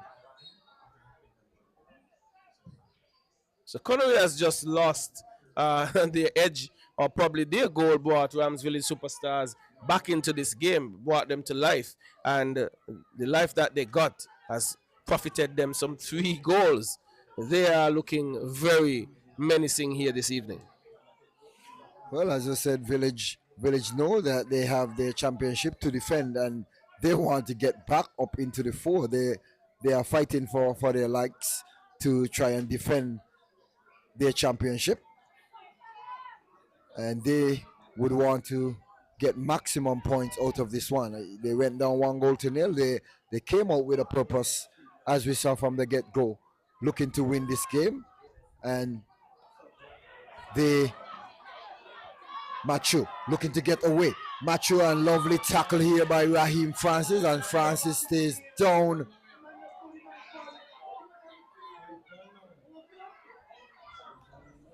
Well, Derek, on an earlier play, Francis would have signaled to the bench, and he also signaled for a change.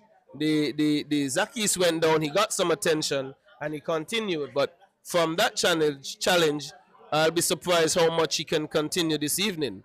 Well, he seems to be struggling. I'm not sure if Stephen Clark is trying to seat out for the half, but I mean, mistake one. He only takes one.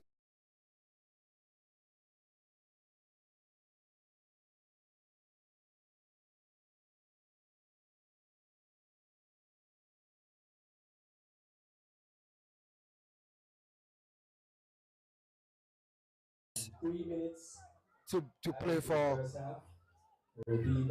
within the first half here, but it's Wilkes and Watley hitting that one into touch. Well, here is Raheem Francis back on the field. So what seems to be something so serious, he seems to have run it off again. Truth be told, Derek, you saw last night. He's signaling for the sub. He just hit the ball, and he's struggling. He's struggling, a right thigh injury, and it seems as if he have a torn muscle or something of that sort. But it's Kelly looking to beautiful touch. And Kelly is through. Can he use his foot speed? Kelly getting behind Watley, and Kelly puts it into the side net. Not able to get that one across the goal, and Kelly is novel as he's laying. Derek, he's been using his pace against the Connory defense. Watley has not been able to keep up with him. Lumpkin has not been able to keep up with him. Sean Martin has not been able to keep up with him. And he's been running a mess of the Connory defenders this evening. But Derek, I was about to say, a 2-goal lead is no guarantee, because last night, Old Road, there were 2 goals to the good against SL Hosford United. And when I left the park, I said if St. Paul scored the next goal in the game, they can potentially win this one. And by the time I got home, I learned it was 2-2. So Ramsville Superstars would need not get carried away with their lead, but would want to play solid football. And I know Raheem Francis is a critical defender for them, but they may need to make a substitution to get someone fresh who can run and who can keep up with the likes of Matthew, because truth be told, Derek, every time Matthew is on attack, it appears that something can happen as well. So there is some concern in defense for Ramsville Superstars as well. Well, it's just left for Matthew to get it right again, and he will have to do a bit of work for the night to try to bring Connory back on level terms. Also, he would need to have some sort of support coming from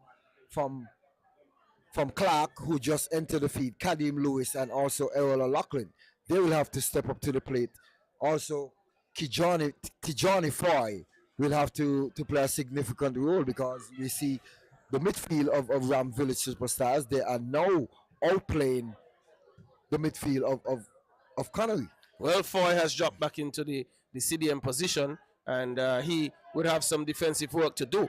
But there's just too much space and time for the attackers for Rams Village Superstars, who are awfully skillful, and they're creating so many problems for Connory. And this brings the half to an end. And just to update you, this game began with Errol O'Loughlin striking in the 20th minute. Then Rams Village Superstars responded via the boot of Kimara Rogers in the 23rd. And then they were struck by a beautiful goal by Dajal Kelly. And then Rogers hammered another one past Williams in the 56th minute. They score for you. Rams Village Superstars 3. Island Auto Supplies Connory 1. And we're going to take a break, and we'll rejoin you in 15 minutes to give you the second half of this very thrilling encounter.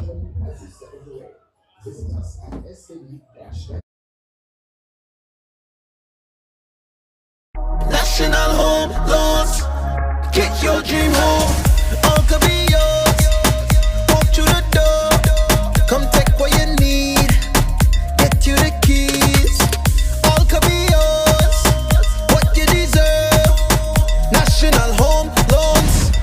Get your dream home. Get your dream home. Right there. Get your dream home. National Home Loans. Get your dream home. National Home Loans. Home ownership made easy. When you're with National, you're home.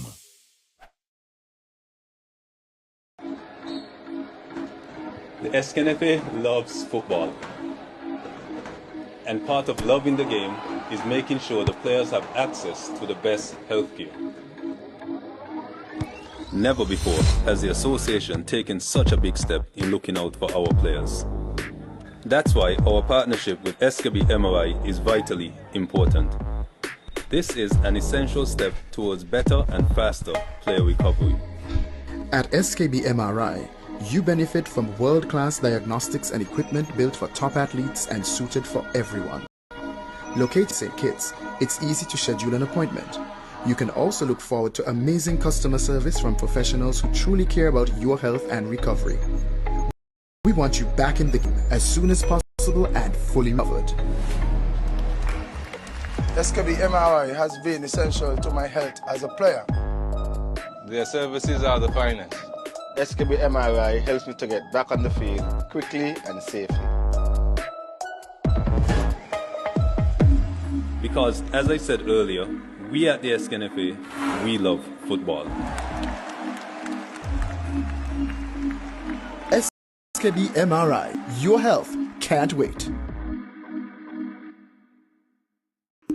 Own your own, oh yeah. Build your future today. Let Own Mortgage show you the way. Own your own, your family, your home, build it with pride. National Bank is right here by your side. With every step, with every loan. National Bank helps you find your own, oh yeah. Build your future today. Let Own Mortgage show you the way. Own your own.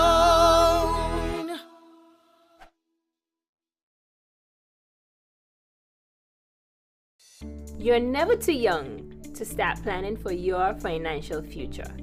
That's why I decided to visit National Caribbean Insurance to speak with one of their friendly sales agents.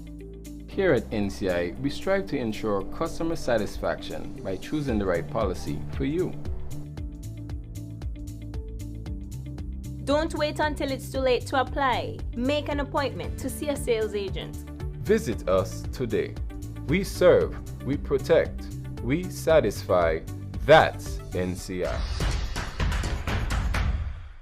But here is Old Road breaking forward, still with it, and overhitting and met by Gillard again, but this one dispossessed by Williams. Williams looking to come forward, finds Lake finds Williams, and he tries to pass that one into the net. This one, he finally into the net by Giovanni Lake, and it's goal number 1 for Old Road. Well, Zakis did not able to hold on that one. That ball bubbled around, and Lake finally get that toe poke in and putting it into the back of the net. And Williams comes away with it. Williams with the ball. Williams looking to find his captain. Lovely one to here again. And Lake with the ball. And Lake still with it. Lake fires and puts it into the back of the net. And Allwood seems to be playing Jaff here now, Val. Boxing the ball around Village. Village not sure what's going on. Some lovely one to started with Tiquani Williams in the middle. Takes it away. Dajal Kelly stays on the ground. And it's Tiquani Williams all free. And he goes onto the back of Dennis Fleming. Isaac playing through that one. Williams with the ball. One man to beat. Williams still with it. Williams looking to slot that one into the back of the net. And Allwood go up some 3-0. Easy peasy goal there for Tiquani Williams. As he had just one man to beat. Beating Austin Henry and slotting it into the back of the net. Net on the top, Keon trying to attack this one, headed down on the right side. Still Keon gets that one across the field. Goal! Goal! Keon Azul Rockets have done it very early here at the Warner Park. Spurs don't come for me. This one played in field. This is going to be very dangerous. Got detention shot. Goal! Devontae Carter. Getting a fed pass there. It looks like it came from the boot of Davis and chipped it in. And the players were quite excited about it. Here comes the goal scoring card. He gets that one across field. This one could be dangerous. Here's Dorset cutting on the inside. Is it going to be a shot? Goal? Marvin Lewis does it from inside of the area. Picked up a free ball. A good playing there by the Azul Keon Rockets and made no mistake. Just steered that one into the back of the net. Easily done there by Marvin Lewis. Has taken the field. We know him to be a very skillful player, very dangerous player. And he heads that one forward. Is it Fitzroy? Goal! Immediately, Fitzroy Nelson heads that one forward and gets it off the goal, the tip of the goalkeeper's fingers into the back of the net. Ball breaks on the top of the box, finds the number 3 trying to go forward, finding a bit of space on the right side, the shot comes in. Goal!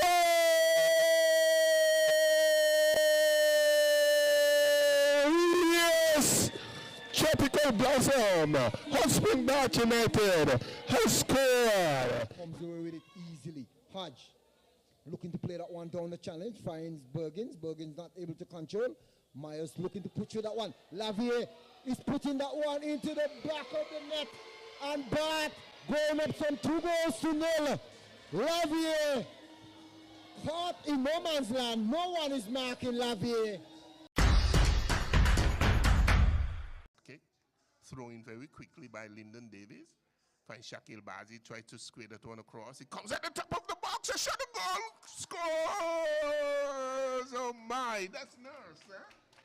Aiden Nurse picking up a ball across on the top of the box and just, he did not really get the power on the shot that he was looking for, but he went wide of Thompson and into the back of the net. But here comes Lyndon David, gets behind the defense now, squeezes that one across, looking for Shaquille. A chance again, a goal, score!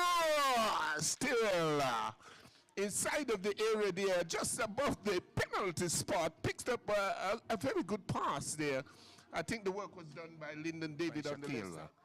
Shaquille speeding away on the far side now, trying to get behind the defense. Turns it back. He finds Duncan. Duncan on the top of the area. Takes a shot, a goal! Goal scored! A tremendous drive there by Duncan. Picking up a ball, turned back to him by Shaquille and almost taking it one with his left boot. The ball, the sail at a diagonal angle into the back of the net. A brilliant first half. All the 3 went into the back of the net. Here is a Kanye picking this one up outside. They even take a shot. Goal! Yes, a Kanye Samuels scoring. From outside, taking a shot. That's what we like to see. Stretching the goalkeeper, full stretch to his left. Could not get onto it. Into the back of the net. Trafalgar South Stars has scored their first goal this afternoon. In the middle of the field, goes forward, finds Nurse. Nurse pulls that one inside. He finds them until beats the goalkeeper. He been tripped. And Is the custodian Stephen Thompson going to get a red card? It's going to be a penalty kick. It is a penalty. And it's just Tyrrell and the goalkeeper Thompson. Can he bring up another save? Comes forward and easily into the back of the net. Quite a bit of work. Errol getting on the back of Alves. Errol still with it. He's taken down and it's a whistle. There goes the penalty. And Dante hitting the leg, the trailing leg of Errol. That the ball is not in the spot. The whistle goes. Matthew stutters. And Matthew puts it up. And Jamal comes up with a brilliant save, Novel. Jamal doing the job and keeping his team in play. Center leader getting to Jamal and hugging him as he had his head down Novel as well. But who knows? Ball being played back. And that ball did not go. Well, it seems that the lines lady waving a flag and St. Paul's getting the goal. The referee signaling that ball went over the line. We now see the St. Paul's player, Omar Francis, going up into the stands.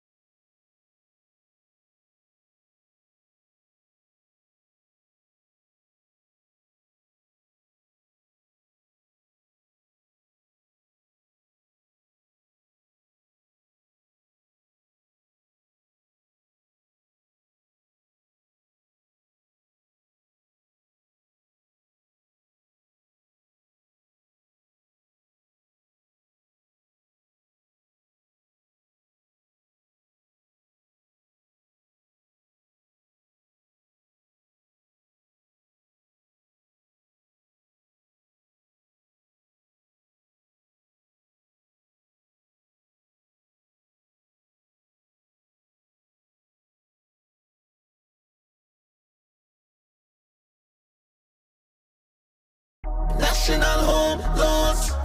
Get your dream home. All could be yours. Walk through the door. Come take what you need. Get you the keys. All could be yours. What you deserve. National home loans. Get your dream home. Get your dream home. Right it. Get your dream home. National home loans. Get your dream home. National Home Loans. Home ownership made easy. When you're with National, you're home.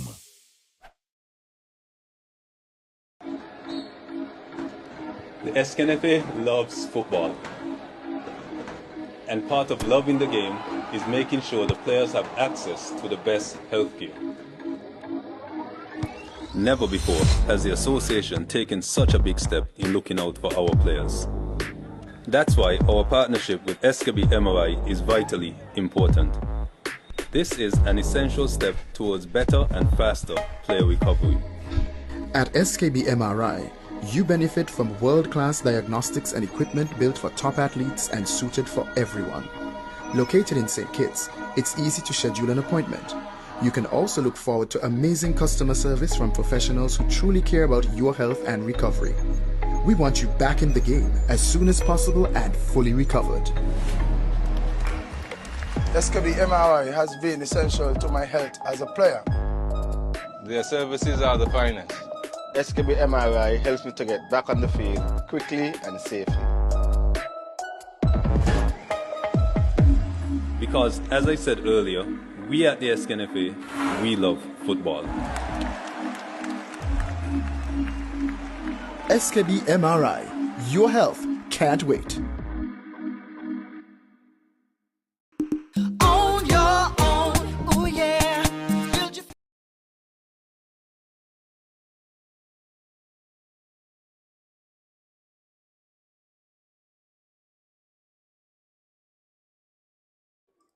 We welcome you back to the National Bank Technical Center here in St. Peter's as we're about to commence the second half. The whistle has just been taken, and Dajal Kelly plays all the way back to Fleming.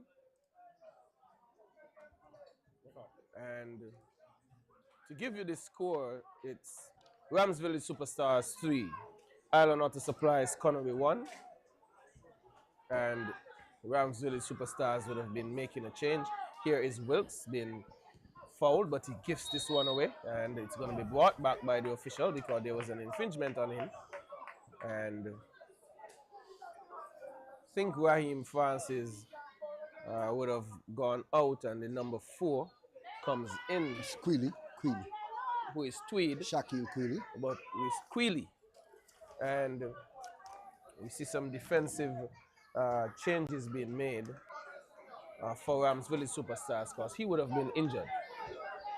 We also see the number 20 coming into the game as well.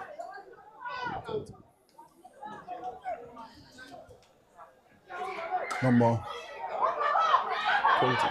No, that's Morris. 20 is Morris for Village. Right. So Morris is still in the game, but the change is Tweed, who came in for Raheem Francis. But Rams Village Superstars up 3-1. And Connory with a lot of work to do if they are to get back into this encounter. They have been basically outplayed in the first half and would have to do some work to get back in it. But here is Errol Loughlin playing off Kaniki Clark, touches it forward for Errol, down the right side. Can he get across and he checks back? Looking to get around his marker. 2 players now, and this one being touched into play for a throw-in. So not a bad start to the half for Connory, Derek. Well, if they need to do something, they need to do it now. They can't wait till the time winds down. They need to get themselves back into the game. They need to try and get an early goal to try to put Village under some sort of pressure and put them on the back heel. So they will have to push forward within this first 15 minutes to try to get a second goal and look for the equalizer. But it's Clark gives it away, and Dajal Kelly looking to operate on the left side.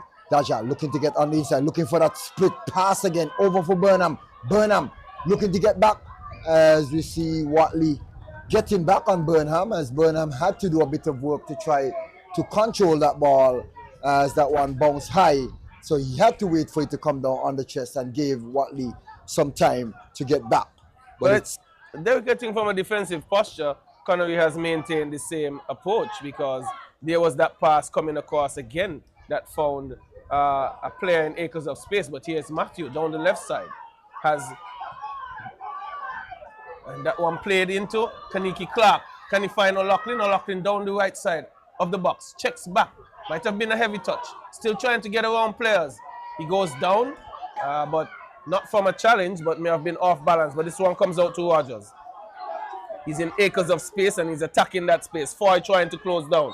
He does so via a foul, and he's going to pick up the first yellow card of the evening for consistent fouling. And we see the referee pointing out that he would have done so. And trying to cover really was Foy, not a horrible challenge, but would have committed a number of infringements as this game has worn on. Yes, that is so true. And unfortunately, Connory should have gotten off a shot off of that attack there. They had a nice build-up, and unfortunately, that ball was pushed too wide for Errol O'Loughlin to run onto it rather than giving him a chance to get a shot on goal.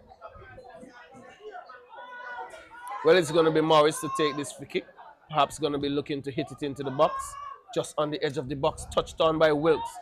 Finding Rogers, but dispossessed. Sean Martin clearing and averting any possible danger. Shot taken quickly, finding O'Loughlin. He goes back to Hendrickson. Dennis Fleming doing the defensive work. Morris clears up field. Sean Martin nods it into open space, but picked up by Tweed. Tweed finds Burnham. Burnham just taking his time coming back to Tweed. Tweed finds Rogers, who goes all the way back to Hassani Fleming. So there are 2 Flemings in defense now for Rams Village Superstars. Fleming with it still. Finds Wilkes. Wilkes come on the inside, was looking to find Burnham, but he was cut out. Here is Lewis on a counter. Can he play in O'Loughlin? He was not equal to the pass, and it goes all the way to Zakis. And there is Lewis again, Derek, remonstrating because O'Loughlin didn't get onto the end of his pass. Well, the pass was behind the back of Errol O'Loughlin rather than to the front to give him that opportune chance, but it's Squealy, have lots of space in the midfield, finds Joseph Wilkes. Wilkes looking to play through that one for King. King is up and running. King looking to fire a shot, and he just puts that one into the hands of William. Not a powerful shot by King, but managed to just get that one down, and Williams coming off his line and just blocking that one easily. King should have done much better with that pass. Well, he should have. He had time, he had space. But here is Clark. Clark with another poor pass. Forcing Foy just to clear it. And you see Ramsville Superstars just slowing down play to the pace that they would want. And looking to build on their lead. Ball cut out by Sean Martin coming out of defense. And he leaves it for Anthony Grant. Grant looks long. Looking for Errol. Errol jumps, doesn't get the head. Finding Matthew. Bounces in favor of Matthew. Matthew goes down into the box. Don't know if there was a touch on him, but the referee suggesting it was a good tackle by Fleming. And a long ball being played here for Sherwin King, but a foot race between him and Martin, and he wins that one easily as Martin, and Williams hits this one into touch. Derek, what about that penalty shout? Well, it was a very clean tackle by Dennis Fleming. Luckily, on the follow through, his hand did not touch the ball. But good covering there by Dennis Fleming. As we said, good build up by Connory on the other hand.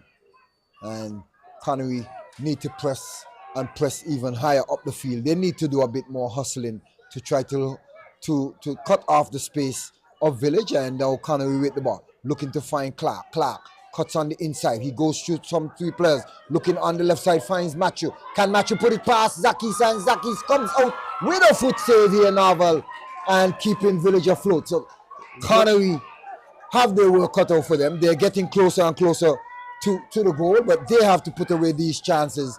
They can't let these chances go begging. They have to ensure that they try and get something on the board to try to get themselves back in the game. Well, it was a good opportunity for Matthew, and you would want a chance of that nature falling to none other than Matthew, but he was not able to put it away. But we could also say that Zakis would have closed down the angle well too. But a couple of good opportunities or good attacks created by Connory, and they would need to score the next goal in this game if they are to threaten to even make a comeback. It's 3-1 in favor of Ramsville Superstars. And if you're just joining this coverage, I must say, Novel, on the other hand, in terms of Matthew and other players, I mean, more times you see players getting these opportunities. The goalkeeper comes out, makes himself big, and I think more or less players are to be much more creative in terms of trying to find a way to get around the goalkeeper or get over the goalkeeper in terms of getting the ball into the back of the net. And Hendrickson gifting it away and coming back and making a strong tackle here. And we see the Connery fans not liking that call whatsoever. Derek, I think I can agree with them. The tackle was clean. It might have been strong, but it was a clean tackle on the ball. And I think the referee may have just responded to maybe the intensity of the challenge rather than it being a bad one. But a quick pass taken here by Ramsville Superstars. Played into Wilkes. Wilkes touches it on for Kelly. Kelly is being challenged by Martin. And Kelly goes down, and this one goes in favor of Martin.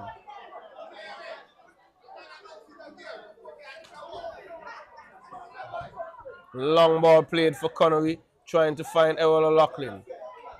Wilkes with it now. He checks back. Has Hendrickson. He wins that. Sean Martin with it. Goes to Lumpkin. Lumpkin taking the space in front of him. Errol being dispossessed easily, but he's also fouled by Dennis Fleming. Derek with a new central defensive partner for Dennis Fleming in Hassani Fleming. Do you think that Connory could find a way to attack him to see if he's really up to speed with that position after they have lost Francis? Well, in likes of what I'm seeing, Dennis Fleming is sort of taking up the responsibility to mark Errol O'Loughlin. So while Errol is trying to suck Dennis Fleming out of the middle, someone will have to make that penetrative run from midfield to try to get that split pass the same way Village was doing against Connory. Well, here's Clark on attack. He's having space. He checks back.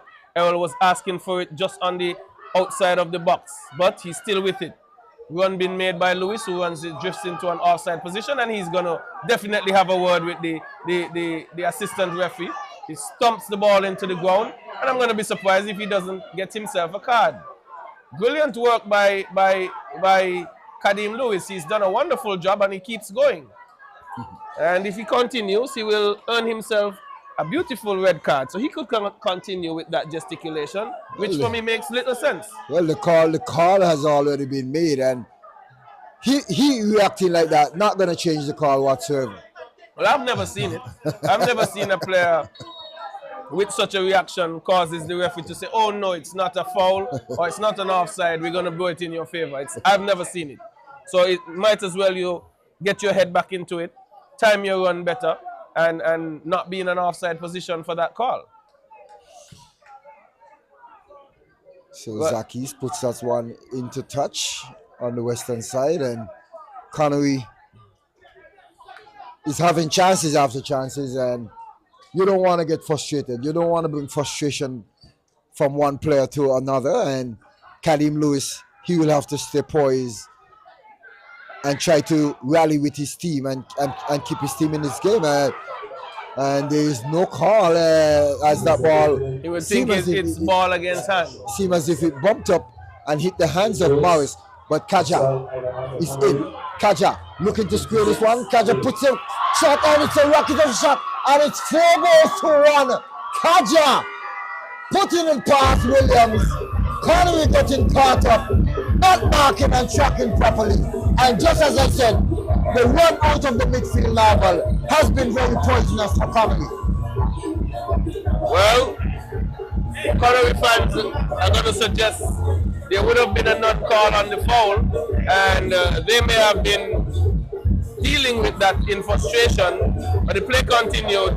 It was built up well for Kaja Burnham, and he slotted that one past Williams in the 56th minute of play. 57th minute of play, it's 4 goals to 1. And we see Village is just continue to tear Connory apart here. And Village bouncing back from a 3-0 loss against OR, and now just ripping Connory apart, trying to put Connory to bed here early in the second half of play. We're drawing closer to the hour mark, where Village is leading this encounter some 4 goals to 1. Well, this is going to be some work for Connory to get back into this one. And based on how they're playing, things will have to change and change quickly. Rams Village Superstar seems unfazed. But if I were to remind fans, the first goal in this game came from Connory. They had the first goal of this evening, and it seems to have awakened the giant, the sleeping giant here in the defending champions, Rams Village Superstars. And they have just been barreling through the defense of Connory. They have not been able to keep up to speed with the Rams Village Superstars attack. And in the second half, they have been more sporadic than they were in the first half. But each time they attack, they almost look like they're going to score. There's O'Loughlin in an offside position. That was an easy call. And you didn't see the same performance by O'Loughlin that Lewis had, though, when he was caught in an offside position. And it just shows maturity in likes of the player. And Kadeem Lewis looking to latch on that one as Hassani Fleming comes across, clearing that one upfield, looking for Joseph Wilkes. Not able to control as Sean Martin looking to run down that one. And it's a goal kick for for Sol Island Otter Connory. So Connory have dug themselves into a deeper hole here as Village looking to push for victory.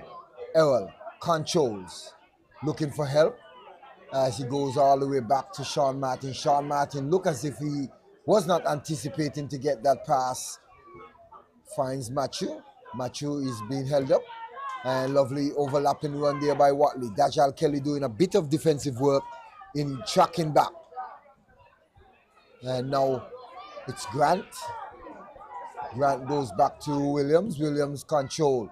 Comes all the way over to Lumpkins. Lumpkins controls, finds Clark. Clark back flicking that one for Lumpkins. And Lumpkins getting down the line. And it's a tackle here by Morris. And Morris now will receive a yellow card.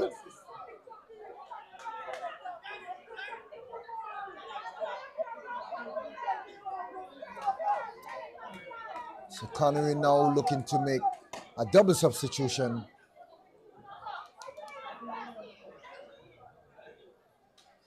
So Lumpkins will be taken out. Champagne comes in. And also Kadim Lewis will be taken out. And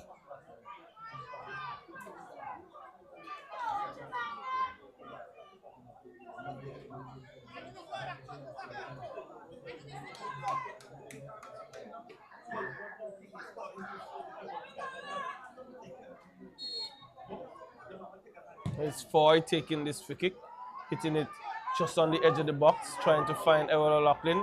He doesn't, but Errol O'Loughlin wins this ball, but it's taken over by Fleming, and this one will go into touch in favor of Rams Village Superstars. well, Shaquille Isles was the second substitution that came in for Kadim Lewis. So let's see if both substitution can bring some life to the Connery team. On the other hand, we see Rams having someone being warmed up in their dugout as well, and it seems to be Tyre Hanley.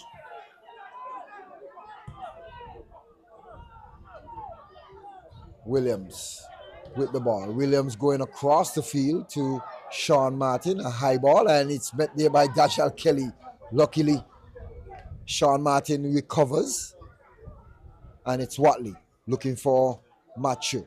Finds Clark, and Clark goes to Matthew, and it's a strong challenge there by Kaja Burnham. And Rams Village Superstars not letting up. Kimari Rogers with a lovely spin move on the ball there, and it's cut out by Tijani Foy. Tijani Foy seems as if he's now playing in that right back position. Novel, he has been moving all over the place from off of the wing, came in at the defensive mid, and now he's in that right back position. Yes, he is, has been asked to do play a number of roles this evening. And here is Sherwin King, left all alone down the right side. Strong challenge by Champagne, but he goes down and stays down. And another challenge by Williams. And this one goes into touch. I think Champagne may have just gotten a knee, probably perhaps in his thigh or groin area, and he went down. But Derek, it just shows that probably Connery is struggling for players. I haven't seen Isles for the season. I don't remember doing a game that he has played, and they have been forced to make certain changes, but lots of work for them to do here. Down 4-1. Rams Village Superstars, in essence, bossing this game. Good touch to Wilkes down the left side. He crosses this one, looking for Burnham. Burnham brings it under control. He plays it back with Kelly. Kelly, one touch into Burnham. He should have probably done the one touch, but he's taking a left-footed shot. Doesn't get it off. Kimara Rogers being crowded out by 4 players. And this one finds its way out to Errol O'Loughlin. He's coming deep for the ball, but he almost loses it. Finds Hendrickson. Goes to Sean Martin, and he plays it into space for Kimari Rogers, and Foy was trying to do some defensive work there, and mistakes continue to come there from Connery. Here's Wilkes taking a long shot, but Williams is able to take that one easily.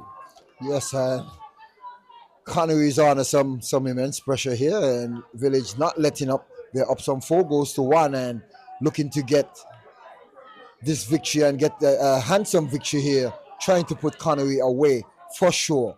And now Village looking to make a triple substitution here.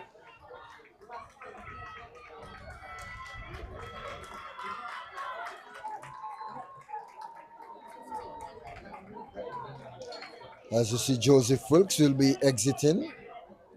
Also, Morris will be exiting.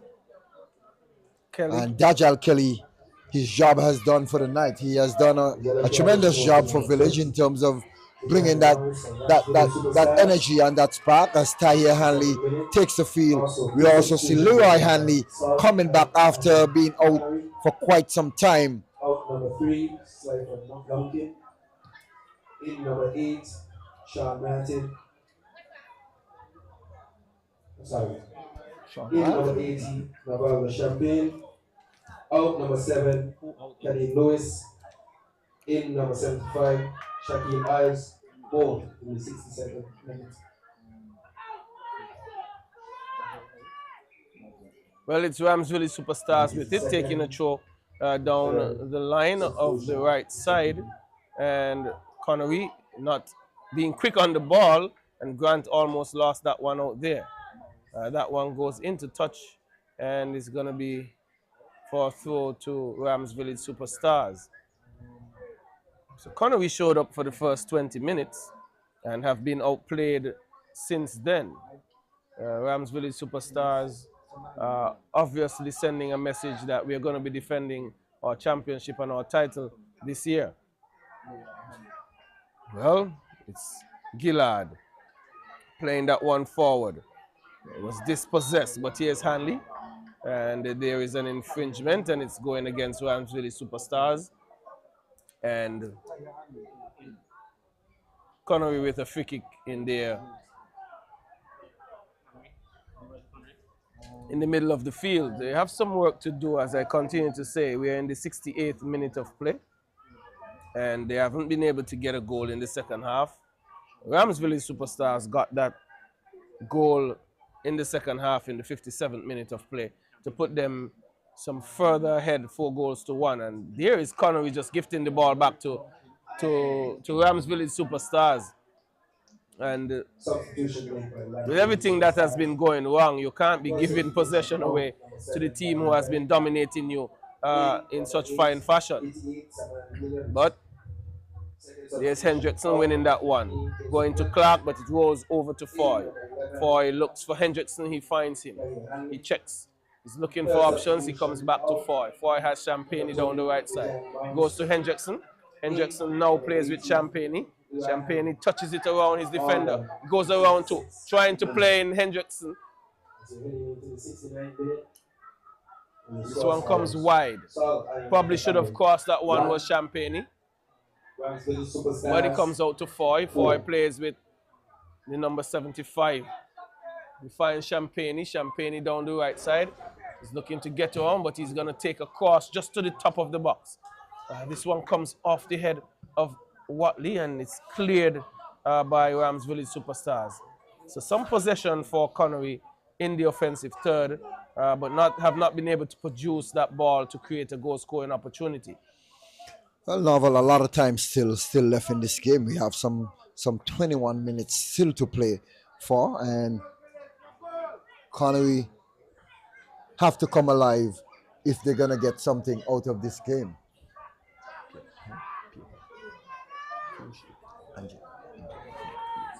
Well, 21 minutes is quite a bit of time, but is it enough to get 3 goals? I think this one being nodded on by Connery. He comes out to Champagne. He tracks it down. No, he allows it to go into touch. I think Rams Village Superstars got their 3 goals in a matter of a 20-minute space for real. But can Connery produce such a thing? Here's Champagne trying to get around Sherwin King. He gets it between his legs and then comes back out to Matthew, who is very deep. Swung into Evan Lachlan, and he nods it past Zachy Smith for goal number 2 for the evening for him. It's 4-2.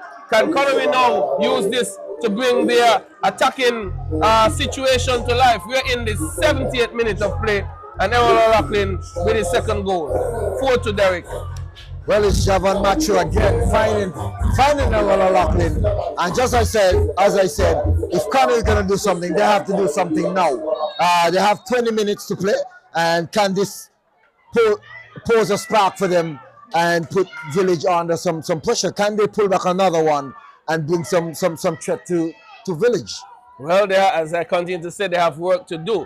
Can this bring them to life? Rams Village Superstars do have fresh legs on the field, and that is something to contend with as well. But can that goal spark some life in Rams Village Superstars? Derek, I think their challenge has been they have not been defending well, and can they hold out without giving up another goal? That is so true. And on the other hand, can Connory provide that third goal to try to put a fight in within the last 15 minutes of this game? Well, it's left to be seen. But here's a square ball to Kimura Rogers, who is in space. He finds Sherwin King. Sherwin King has 4 in front of him. He's taking a shot, and that one could have gone anywhere, Derek. It pinged off of Sean Martin, and it could have found itself in the back of the net. That one looked good when it left the boot. Luckily, that one deflected off of Sean. That one was heading for the far corner. Lovely, powerful shot there by Sherwin King, a young under-20 player. And he has come to life here tonight for Rams Village Superstars. They are playing with purpose. They understand what they're playing for. And Connory, on the other hand, they're trying to fight back to get back into the mix of this game. Well, the stakes are very high. It's a corner for Rams Village Superstars. Swung in. Dealt with by Sean Martin, hitting it long. Javon Matthews looking to save it, but it's much too far away from him for him to do anything with it. And there's still a lot of work to do here for Connory. But if I know Rams Village Superstars, they're going to try to suck the life out of this game with possession and passing. But good play interruption there by Foy, Clark, and with a strong challenge there. Errol O'Loughlin looking to find Matthew, but his touch may have just stopped the run of Matthew. But here are Rams Village Superstars. It's Burnham again, finding Hanley. Hanley looking for options or shot. He gets the shot off, and we know that Hanley has a very powerful shot on him, and the players would be very much aware of that danger.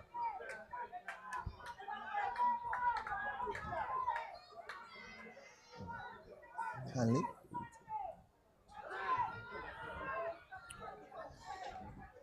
And ball pinging around in midfield. Rogers comes up with it, finds Hanley. Hanley's going to be looking for his one. He links up well with him. He's still with it, but it's touched by one of the defenders, took it away, and it's Sean Martin down the right side.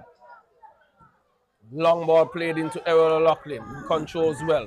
Back to goal. Holds up play. Gets around Fleming partially. Still going down the right side. Checks back. Still with it is Errol O'Loughlin, and he is fouled by Fleming. He leaves it, and he's going to head in, and a quick corner. Ball taken, and Matthew not getting a touch onto it. Square across for O'Loughlin, and it's goal number 3. It's his hat trick. It's 4 goals to 3 here. However, not a surprise, Connory have fought themselves back into this game. Some scrappy, messy defending by Rams Village Superstars. But another pass by Javon Matthew and another goal by Errol O'Loughlin. We're in minute 74. Game absolutely on, Derek. Well, just as I was about to say when Errol got fouled, that he's fighting and fighting hard. And he got the foul. Connory played quickly, not allowing Village to set up. Playing a perfect ball around the defense. Village not dealing with it very well. Matthew managed to pick up that one and finding Errol open again for the 3rd time, Marvel. Matthew has found Errol. Yes, I mean, Derek, again, I'm going to say you called it. You say every time Errol plays against Village, he brings his game. And he's made no mistake in front of goal this evening. But I think it was just really scrappy defensive work by Rams Village Superstars, not organizing themselves well And there we see Watley picking up a yellow card. And there was a touch on Watley touched his player after the ball went outside, bringing him down and picked up a yellow card. But Derek, for some reason, Rams Village Superstars has fallen asleep in defense. Yeah, I think they they got caught napping in terms of Connory was going to wait for them to rack up, but it was some quick thinking there by Champagne. Champagne he did a good job. He played that ball in and he found Matthew on the far post. He knew what he wanted to do there. But still some work for Connory to do. I'm going to reiterate, they haven't defended well. And Rams Village Superstars, they have looked potent in attack every time they have come forward. Well, I think they have that belief that they can make something happen now, that they can even get that fourth goal. A lot of time still to play. We have some 14 minutes still remaining in this game. Champagne is now down as he got a hand in the face. So Connory looking alive.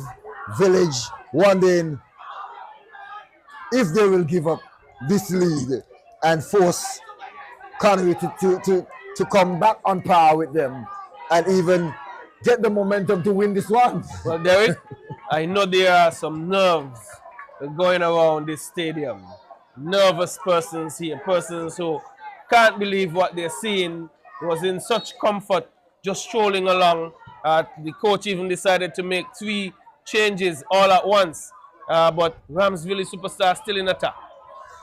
Well, Novel, I must say, this one brings me back to our finals at Warner Park in the cricket stadium, where Connory was playing against Village, where we saw Errol O'Loughlin. I think it was either a Final 4, where Errol O'Loughlin came to life and scored some 2 goals in like 3 minutes. Well, he has a hat-trick tonight.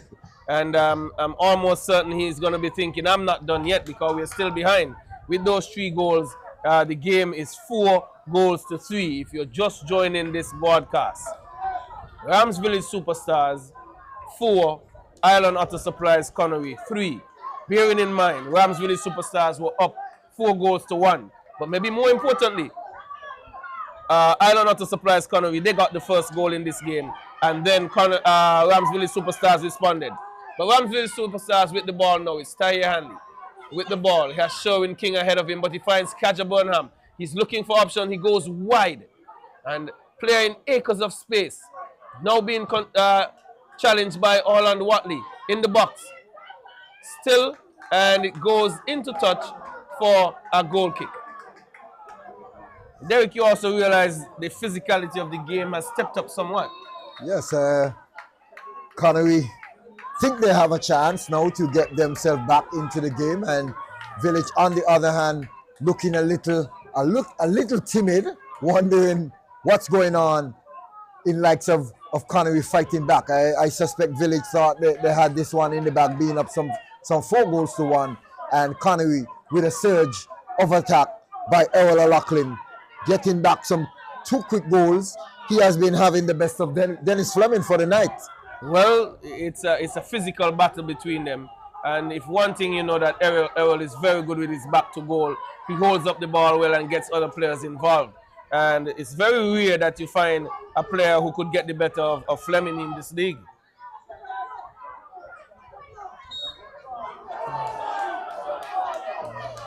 So the referee is right on the play there as the Village fans are up, the Connory fans are up, and they're trying to cheer on their team. We're in the 79th minute of play.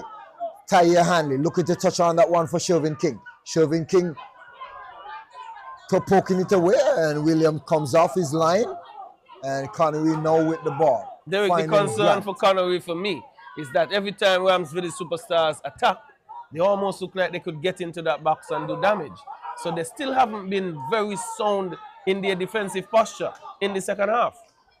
Well, midfield will have to step up the game, because that pass, that split pass is coming from midfield. So midfield will have to step up the game in terms of blocking that thread the needle pass to go through.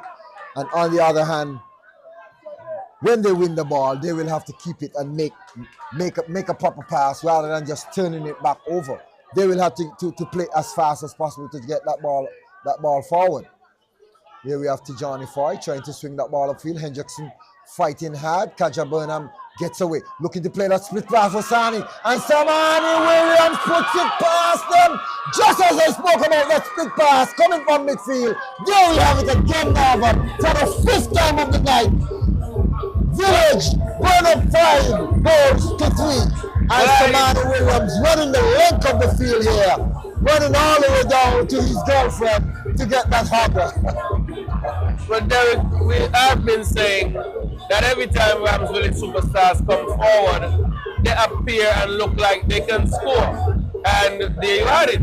Another defensive error, and onto goal is Rams Village superstars for their 5th time. And is this one now beyond Connory? And it boils down to defensive marking again. Watley falling asleep, not tracking Samani Williams, and the youngster coming off the bench, doing justice and getting his first goal of the season here. So Connery have to dig deep again. They're down some 2 goals again, so they have to work again to get back from this 2-0 deficit that they found themselves in again. Well, I did say that, can they defend, can they hold out to bring this game on parity? And they have shown that they have not been able to. They have not defended well. They have gotten some good attacking sequences, and here is another chance for Rams Village superstars. But not a good pass by Sherwin King. He had Tahir Hanley on his right and could have played him in. But here's Leroy Hanley. Champagne getting the better of him, but that one goes into touch. Sherwin King seemed as if he was trying to make that reverse pass for Burnham, running on the back, but Tahir Hanley would have been the better pass to just slip through that ball again, because Tahir Hanley break forth and he was all free and alone. But it's Connery with the ball. Hendrickson.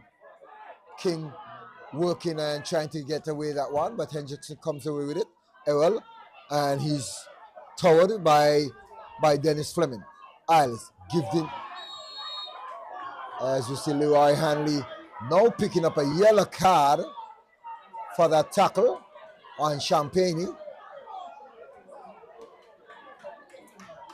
So we have just about 7 minutes remaining here in this encounter. Plus, how much time will be added, Novel? Can Connery bring a little scare again to Village? Well, they do have some more work to do if they are to bring that scare. Here's Champagne.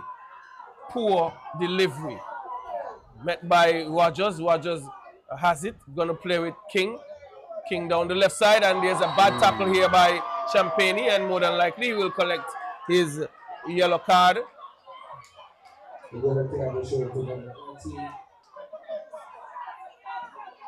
And I did say, Derek, that the physicality of the game has stepped up as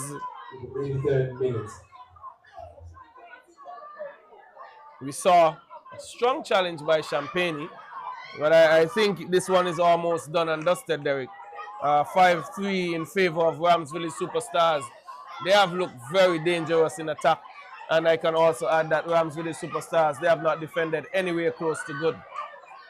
After fighting their way back into this game to bring it to 4-3, should have been able to hold out, but gave up another goal. It's 5-3, and Rams Village Superstars, they're still attacking.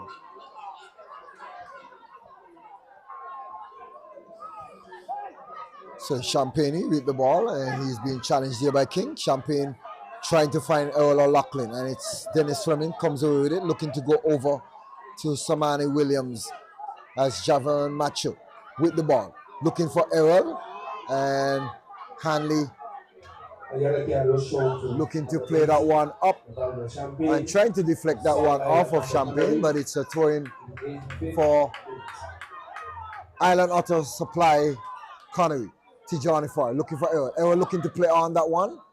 Hanley controls, looking to play that one upfield. Controls by Hendrickson.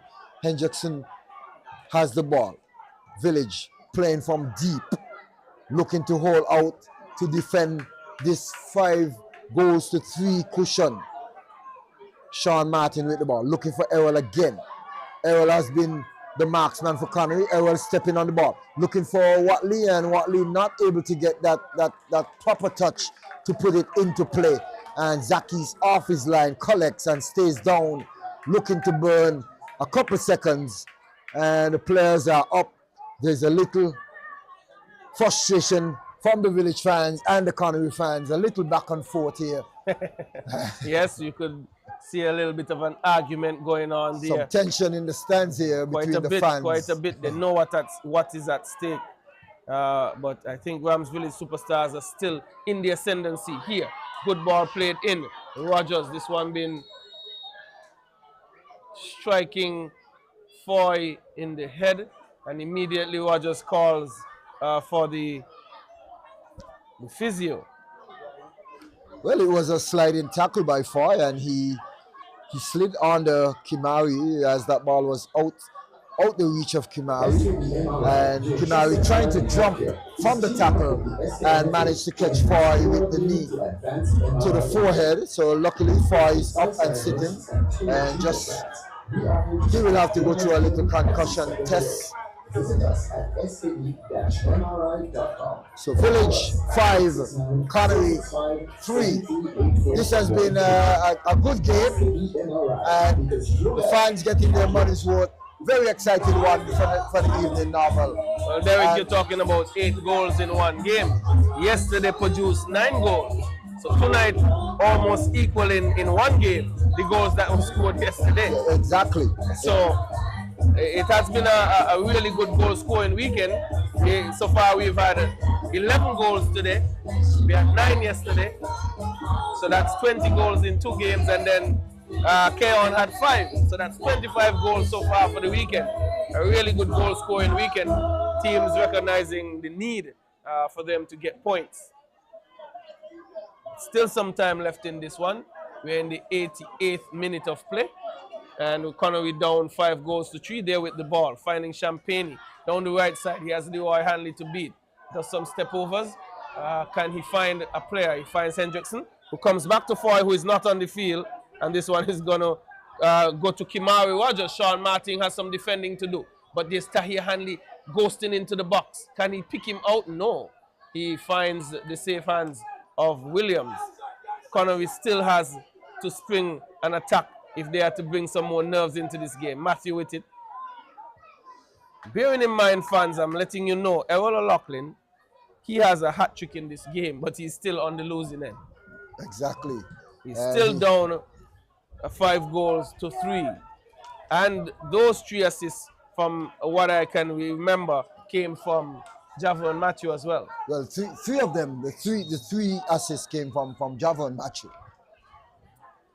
But we're seeing Foy down, and this is reason for concern, because we did mention he had been struck in the head, and I hope this is nothing too serious. Ladies and gentlemen, in the interest of ensuring the safety of both players and officials, as well as maintaining an uninterrupted gameplay, well, just to let you know, on the other hand, as the weekend will be coming to a close, we know that we have Music Festival coming up this week, and we will have a break in the football on this weekend coming up, and we will be right back after on the following weekend. So we have a break. Players that have a chance to regroup, get a chance to take care of the knocks, whatever injuries they may have, and come back in good fashion and form for the remaining 3 games of the season, which will be very, very interesting now. Well, it would be, because there's still a jockey for position in the top 4. Keon leading the pack, marshaled by OR and St. Paul. St. Peters. St. Peters, sorry. And St. Peters, they are tied on 26 points. And this evening would bring, if Rams Village Superstars are to hold this one out, would bring them on parity with St. Paul's. Right, so we have Keon out, 2 teams tied on 26, and 2 teams will be tied on 25. So I'm not sure who had the better goal difference between St. Paul's and Village. So that will be the toss-up there for the fourth spot. Well, the questions I have is the games that are left for Rams Village Superstars. I think they have Keon. They still have South Stars to play. They played South Stars already. Yes. I think they have Garden Hot Spurs to play after this. And I don't remember their next encounter. Do they have St. Paul's? No, they played St. Paul's already. They played St. Paul's already. Okay, so we have 5 minutes of extra time that has been indicated, and Tijani Foy is still getting some attention. But St. Paul's, their fixtures will be Bath United. They still have Bath United, Keon, and they have also Trafalgar South Stars. So lots of good football games to come. So 12 points available after this for all teams is how many can you get. Even though Keon, they're on 30 points, they still have 3 big games. They still have to play St. Paul's, Rams Village Superstars, and they also have Connory to play as well. So some interesting games on hand still to come, and we know. Oh, I think Rams Village Superstars still have St. Peter's to play. That is so true. And Bath on the other hand, Bath have St. Paul's, they have St. Peter's, and I think they also have Keon or some. No, they played Keon already. Well, they have another team to play, another tough team. They have St. Peter's, St. Paul's, and I'm not sure who the third game is, but it's three tough teams that they have leading into this one. That is up in the top 4. It just makes it more interesting, Derek. There's no guarantee. You have to come and play game in, game out, and try to get points. And as I say, at stages like this, if you can't win, ensure that you don't lose. At least come out with a point. That is so true. At least come out with a point. But we see Johnny Foy being taken off on a stretcher. I would want to believe that Village have a better goal difference than St. Paul's. So. Yes, because they would have done really well in the first round against South Stars. I think they got 8 goals against them. Yeah. Also in the second round where St. Paul's was losing and drawing. So on the other hand, Village was winning games or drawing games thereabout. So St. Paul's more or less did not score much goals for they didn't score a lot in a lot of games for the first round, I think, but they were out with points. They was winning games, but was not winning by any large margin. So I think Village, even the South Stars game, I think the only one that won 3 goals to 0. Yes, they won it 3 goals to 0. So it could be quite interesting.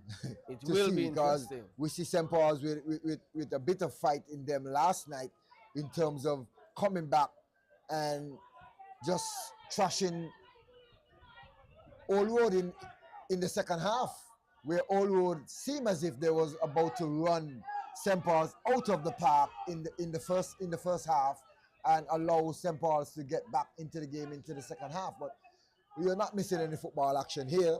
We're in the 90 plus 2 minutes thereabout, and we have some 5 minutes to play. And it's Tahir Hanley looking to play through that one for Samani Williams. And Williams hitting that one for Watley. Watley looking for Matthew. Matthew comes on the inside, finds Grant. Grant looking to play that one upfield. And Burnham, well, that's Gillard tracking back, and well, there was a substitution that was being made. I think Kimari Rogers went off the field where Austin Henry came on. And I think Kimari Rogers was pulling up,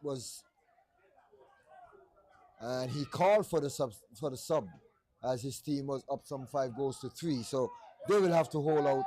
And Connory, on the other hand, they played a sort of a strong game, but nonetheless they boiled down to defensive mistakes, as I said early, and Village was able to have minimal mistakes in defense to what Connery had in defense. Yeah, Connery was not sound at any point in the game in defense. I just Don't understand what would have caused it, but they haven't defended well all evening.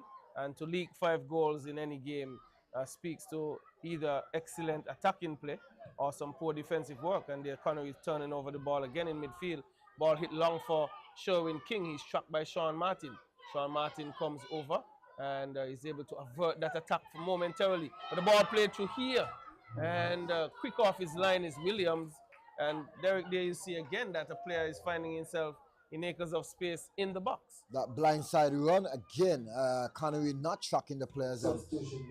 Seem as if there's a breakdown in communication where players are not talking. The player is running from the back, and you're not getting that communication in terms of passing on the player to another defender. So Connery will have to look within themselves and see where that breakdown came from, because each and every time the ball picks up in the midfield, they gain caught ball watching, and that player making that run on the back end or on the backside of the defense, and they're breaking down the defense with that split pass every time.